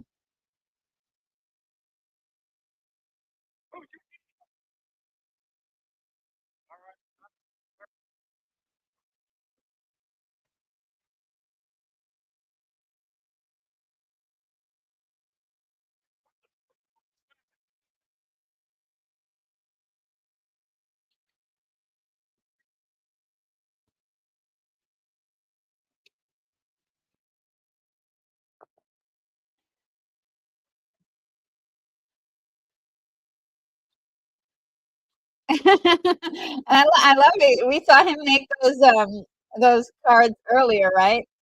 And it's sort of like a take on Ghostbusters.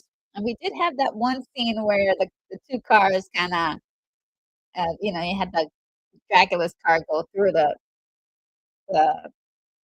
cop car, so, that's actually, pretty cool. I love it. Oh my goodness. Let's see, um, if we can get our settings back to where they were before. There we go. Awesome. Oh my god, that was so much fun. Only an hour and, 17 minutes. Wow. Incredible. Incredible. So much fun. I'm, like, totally tickled. Totally tickled. And you guys really made it so much more fun with all of the jokes, in the chat. Really appreciate that. Especially for this light movie. I think it would be a little distracting if we were in, a serious dramatic movie and we're cracking so many jokes, but it works so perfectly for this really fun movie. Let's see. Um, and Let me go back a little bit. uh, my allergies are just really killing me right now. And, Charles Radcliffe says, Frank gotta go. Yeah, I know he couldn't stay in that time, because it first of all, it wasn't his time, and, I mean, life would be really hard for him, uh, in, um, in that period. Let's see, and, Joseph says, "Yep, you briefly see a 1973 Oldsmobile Delta get tucked, into the vortex." Oh, really? Um, and Darth Vader says, "I hope they have gas stations in the Phantom Zone." And Darth Vader says, "Who called the army?" Oh, well, it was this really cute scene when Eugene um, writes a letter to the army, and the dog licks the letter so he can close it. I remember I used to work for an office that had um, a whole bunch of like letters and things that they used to send regularly out to their constituents, and I would have to you could do it several ways. You could lick all of the envelopes, or you could get a sponge and wet it and then have that handy to close your letters. But seeing that dog do it, I'm like, that would have been the fun way to do it. And only Yorkshire Gibbs says, "I hope the U.S. military allocates its resources better these days rather than based on scrawled notes from kids." Yeah, I don't think that they would respond even back then, but it was cute to add it in the movie, because it's sort of I think somebody mentioned it. Yes, yes, yes. Darth Vader says, "Is that the same general from Invaders from Mars?" I'm not sure if it is. You might be right, because they have lots of really interesting Easter eggs tucked away in this movie. But for sure, Invaders from Mars, great movie, and that's the military was heavily involved in that story, which I absolutely loved. That's one of my favorites. I love the remake too. One of the the few remakes I didn't hate. Uh, I thought it was really cool. And yes, surprisingly short film, very short, and it tells you that you can really tell a pretty good story within a short period of time. It's not always that easy. I mean, I was watching a pretty long movie um, about a week or so ago, and I enjoyed it fully and totally. But there is something about these older movies where they're like 90 minutes. That's all we needed, and they just knocked it right out of the ballpark. And oh, and Keith E says, "What was the last line of the movie?" Oh, I forgot just that quick. Sorry. Oh yeah, yeah. Darth Vader got it. We're the Monster Squad. Yeah, because he's uh I guess at that point it was sort of like that Ghostbusters feel like, yeah, we're the Ghostbusters. Um Darth Vader says, don't kid movies tend to run to be short. I think so because they really have to. And one thing about a kid movie is that it has to really capture the them, and you can't play around with like uh too much extra like exposition or fluff or any of that. So it kind of gets to the meat and potatoes of this whole thing like immediately. But I think it it was sort of like most movies weren't really short, and um, but that's a record, I think. Um, Joseph says probably just some local militia. Even before the '80s, Sherman tanks were completely mud, mothballed and scrapped. Ooh. And Keith, he says, first time watching, and I don't think I would let a kid watch this until they were 18. Yeah, it's one of those movies that I think a lot of parents did not take their kids to see. even though that was like, "Oh, this is gonna be for kids," we got, like, people dying, getting, like, there's a lot of open loops in this movie, and, some people call them plot holes, but I think, I call it, like, open loops because there are answers to the questions, but they're not answered in this movie. Like, that young girl who was taken into the into the void, they or the phantom zone, like, where is she at, and why, why does the phantom zone, how many people are in that phantom zone, like, what's going on with that phantom zone? um and yeah, there's so much about it. I mean, I would figure, I guess, what they didn't, I think they explained it really well, that there was an opportunity to destroy this weapon against evil, but and destroying the weapon against evil means that evil would have reign over the earth, um, unlimited. But at the same time, it would be really cool to see a little bit more about, I don't know, I just, there's something about that where if I knew there was something that could destroy me, I'd wanna bury it or hide it forever. I wouldn't want it to be accessible anywhere. So, it's kind of a weird thing, and I wouldn't even wanna touch it. I wouldn't, like, be very near it. Um, because that vortex, if you're close by, you can be sucked into it. So, um, it's a very interesting premise and idea. That old Yorkshire Geese says, it was about the same length, the old Universal monster movies were. Yes, they were short as well. They're about 90 minutes tops, or less. Uh,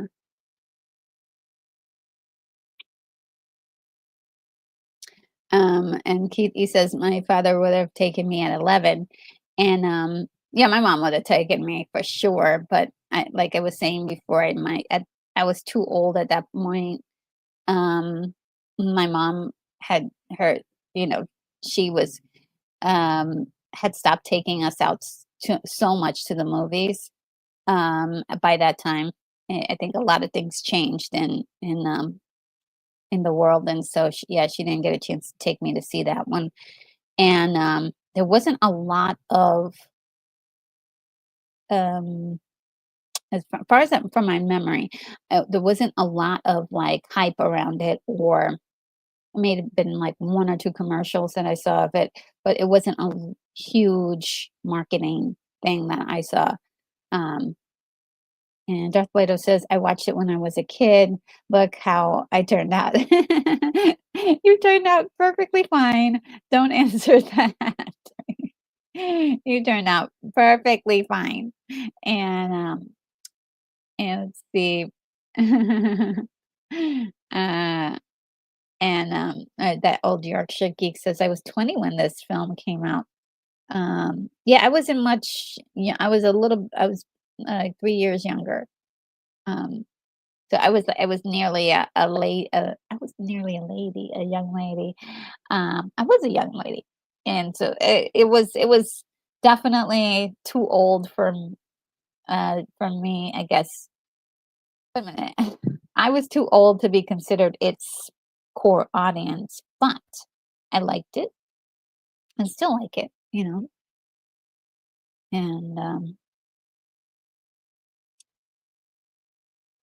And yeah, it's just one of those movies that I think has a lot more going for it, um, than it had also to a lot of potential too. I mean, imagine Monster Squad 2, um, and I never did see any more from that. It's really hard too when you get an ensemble film like this and try to get everybody to come back for part 2. That's another thing. And well, what do you do? There's a lot of this too that also reminds me of Hocus Pocus with the deadline and sort of like You have kids who are just kind of grouped together trying to fight against this evil in a small town. There's a lot of these like little cute movies like this, that have so many similarities because the formula works. It's the formula uh, that you see here. So I wouldn't mind more movies like this. More movies like this, Hocus Pocus, Ghostbusters, comedy horror movies, with you know with a nice sense of comedy. The comedy in this was so good. So and Kiki says that the Monster Squad was going to be a Monster Squad versus Godzilla. Ooh, interesting. And Joseph says, "Let them fight."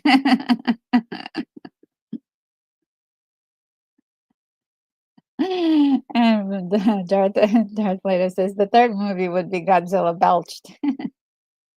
Yeah, like it's I mean actually it's a cute concept, and I wouldn't mind seeing a movie like this.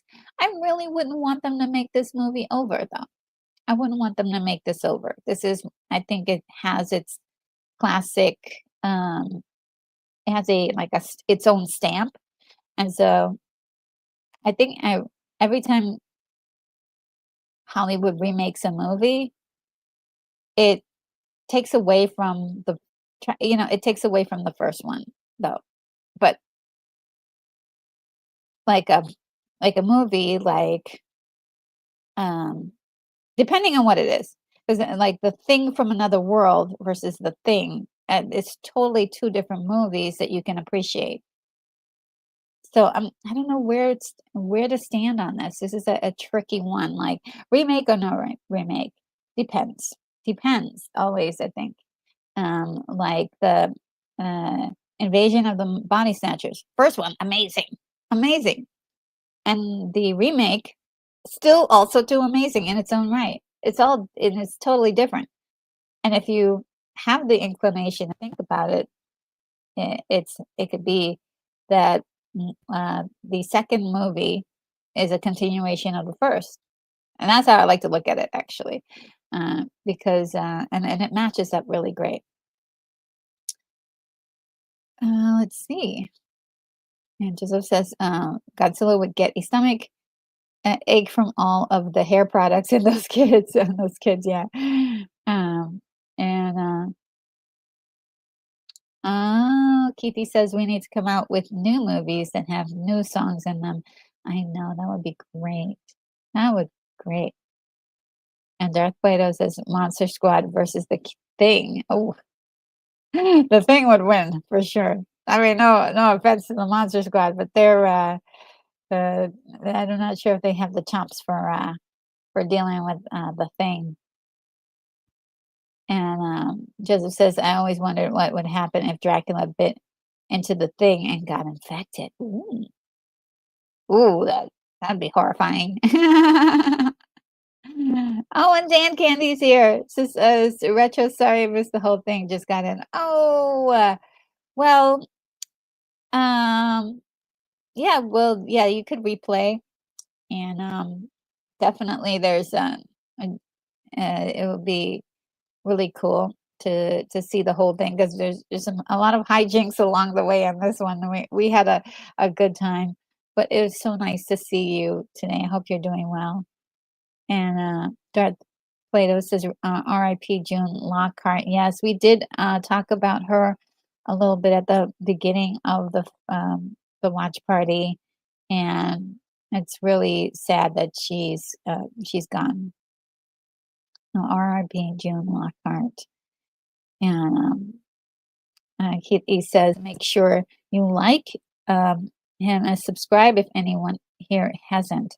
Oh, if you like to hit the like button or subscribe if you haven't. And Darth Plato says 100 is a good run. Yeah, it is. It really is.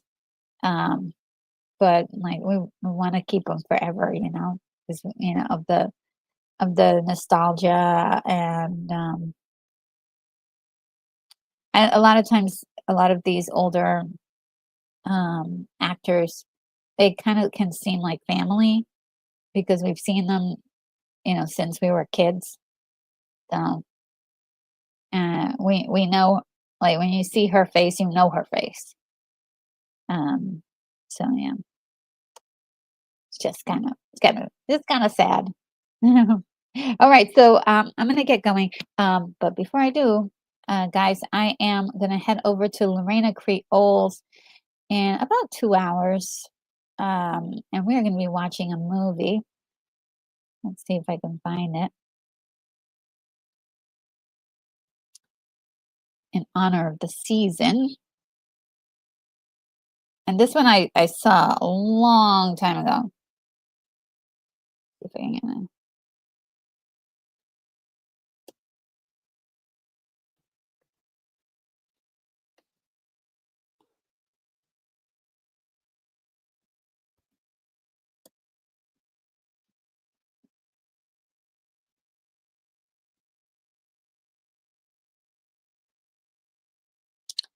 all right, and here's the link for that.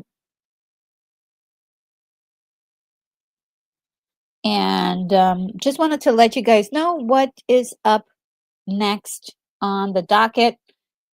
Um, so this would probably can be considered the last spooky season movie that I've got going on here. And let me see if I can um, tell you about November. Next movie next week is going to be Brazil 1985. We may be having our friend Lance from the Outcast Creative come join us if we can get him. And then after that, we'll be watching another Terry Gilliam film, The Adventures of Baron Munchausen. Incredible movie, and some really incredible performers in that. Uma Thurman and Robin Williams, to just say a few. And after that, we're going to be watching Annie. Let's see what day that one is going to come on. Annie is going to be on the 15th, and it's one of those movies, sort of like this movie, The Monster Squad, which when I was a kid, that was the movie to see. It was Annie. So my mom took me to see this movie, and I could identify with her because we were the same age. And there was a Broadway musical at the time, which was really, really popular. And we had incredible performances by Carol Burnett and Tim Curry playing siblings, which is incredible. They are so great in this movie. The next one is The Secret Life of Walter Mitty, one of my favorite comedies from the 1940s, starring Danny Kaye. I absolutely love Danny Kaye as a performer, and just if you don't like musicals, that's fine. But if you just look at his athletics, the athletics of his performance, it's just jaw dropping, just jaw dropping. But it is The Secret Life of Walter Mitty is a story about a man who has been downtrodden on his job. His boss looks down on him. He's just gotten the rottenest deal in life, and he imagines all of these fantastic adventures in his mind of how he'd like to respond to these situations and come out the victor.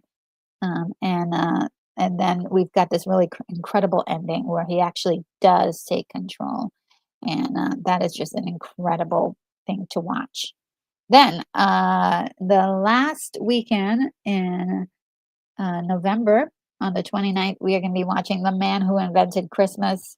It's a more recent movie from 2017, but it is a beautifully done story, which I can't wait to share with you. And that's just leading us right into the Christmas season. And so we have that going on. So without further ado, guys, I'm going to head out, make myself some dinner, and then go over to Lorena Creole's for the watch party. But otherwise than that, I really hope that you guys have a fantastic weekend.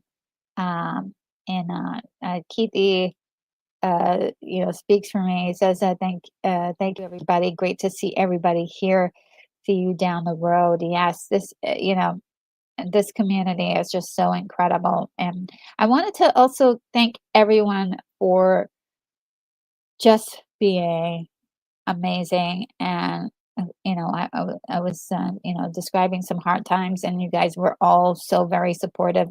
That touches my heart. I um, will not, forget that. And last night I did an incredible unboxing, and I would say it's all due to Joseph Begay's Joseph K. Aspect's incredible generosity yesterday, that we had such a wonderful and fun stream, opening up so many wonderful um, movie related treats.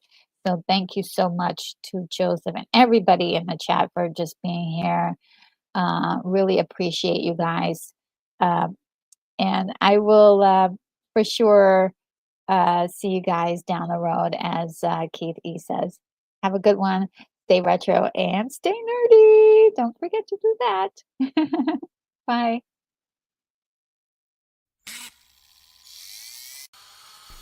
Retro Nerd Girl, you are clear for takeoff. In the neon light she stands, retro girl with nerd comments. Memory lane she takes your hand to the past where good times land. Pixels glow and screens do hum, hear the beat of retro drum. Geeks unite, oh here we come, nerdy world where we're from. Retro logo leads the way, in the night to yesterday. All the nerds come out to play, she's the light, won't go away. Film and movies on rewind, good old days in nerdy mind. Retro nerd girl you will find, guiding us all intertwined. Joystick games and cosmic fights, wondrous days and sleepless nights. With her everything feels right, retro glow in neon lights.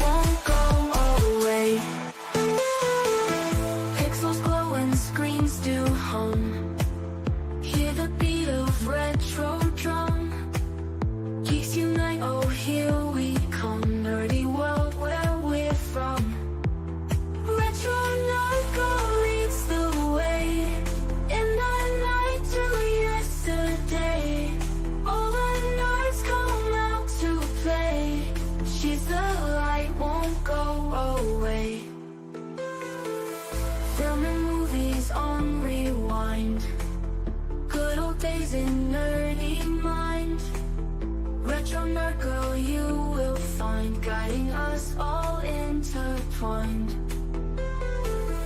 Joystick games and cosmic fights, wondrous days and sleepless nights. With her everything feels right, retro glow in neon light.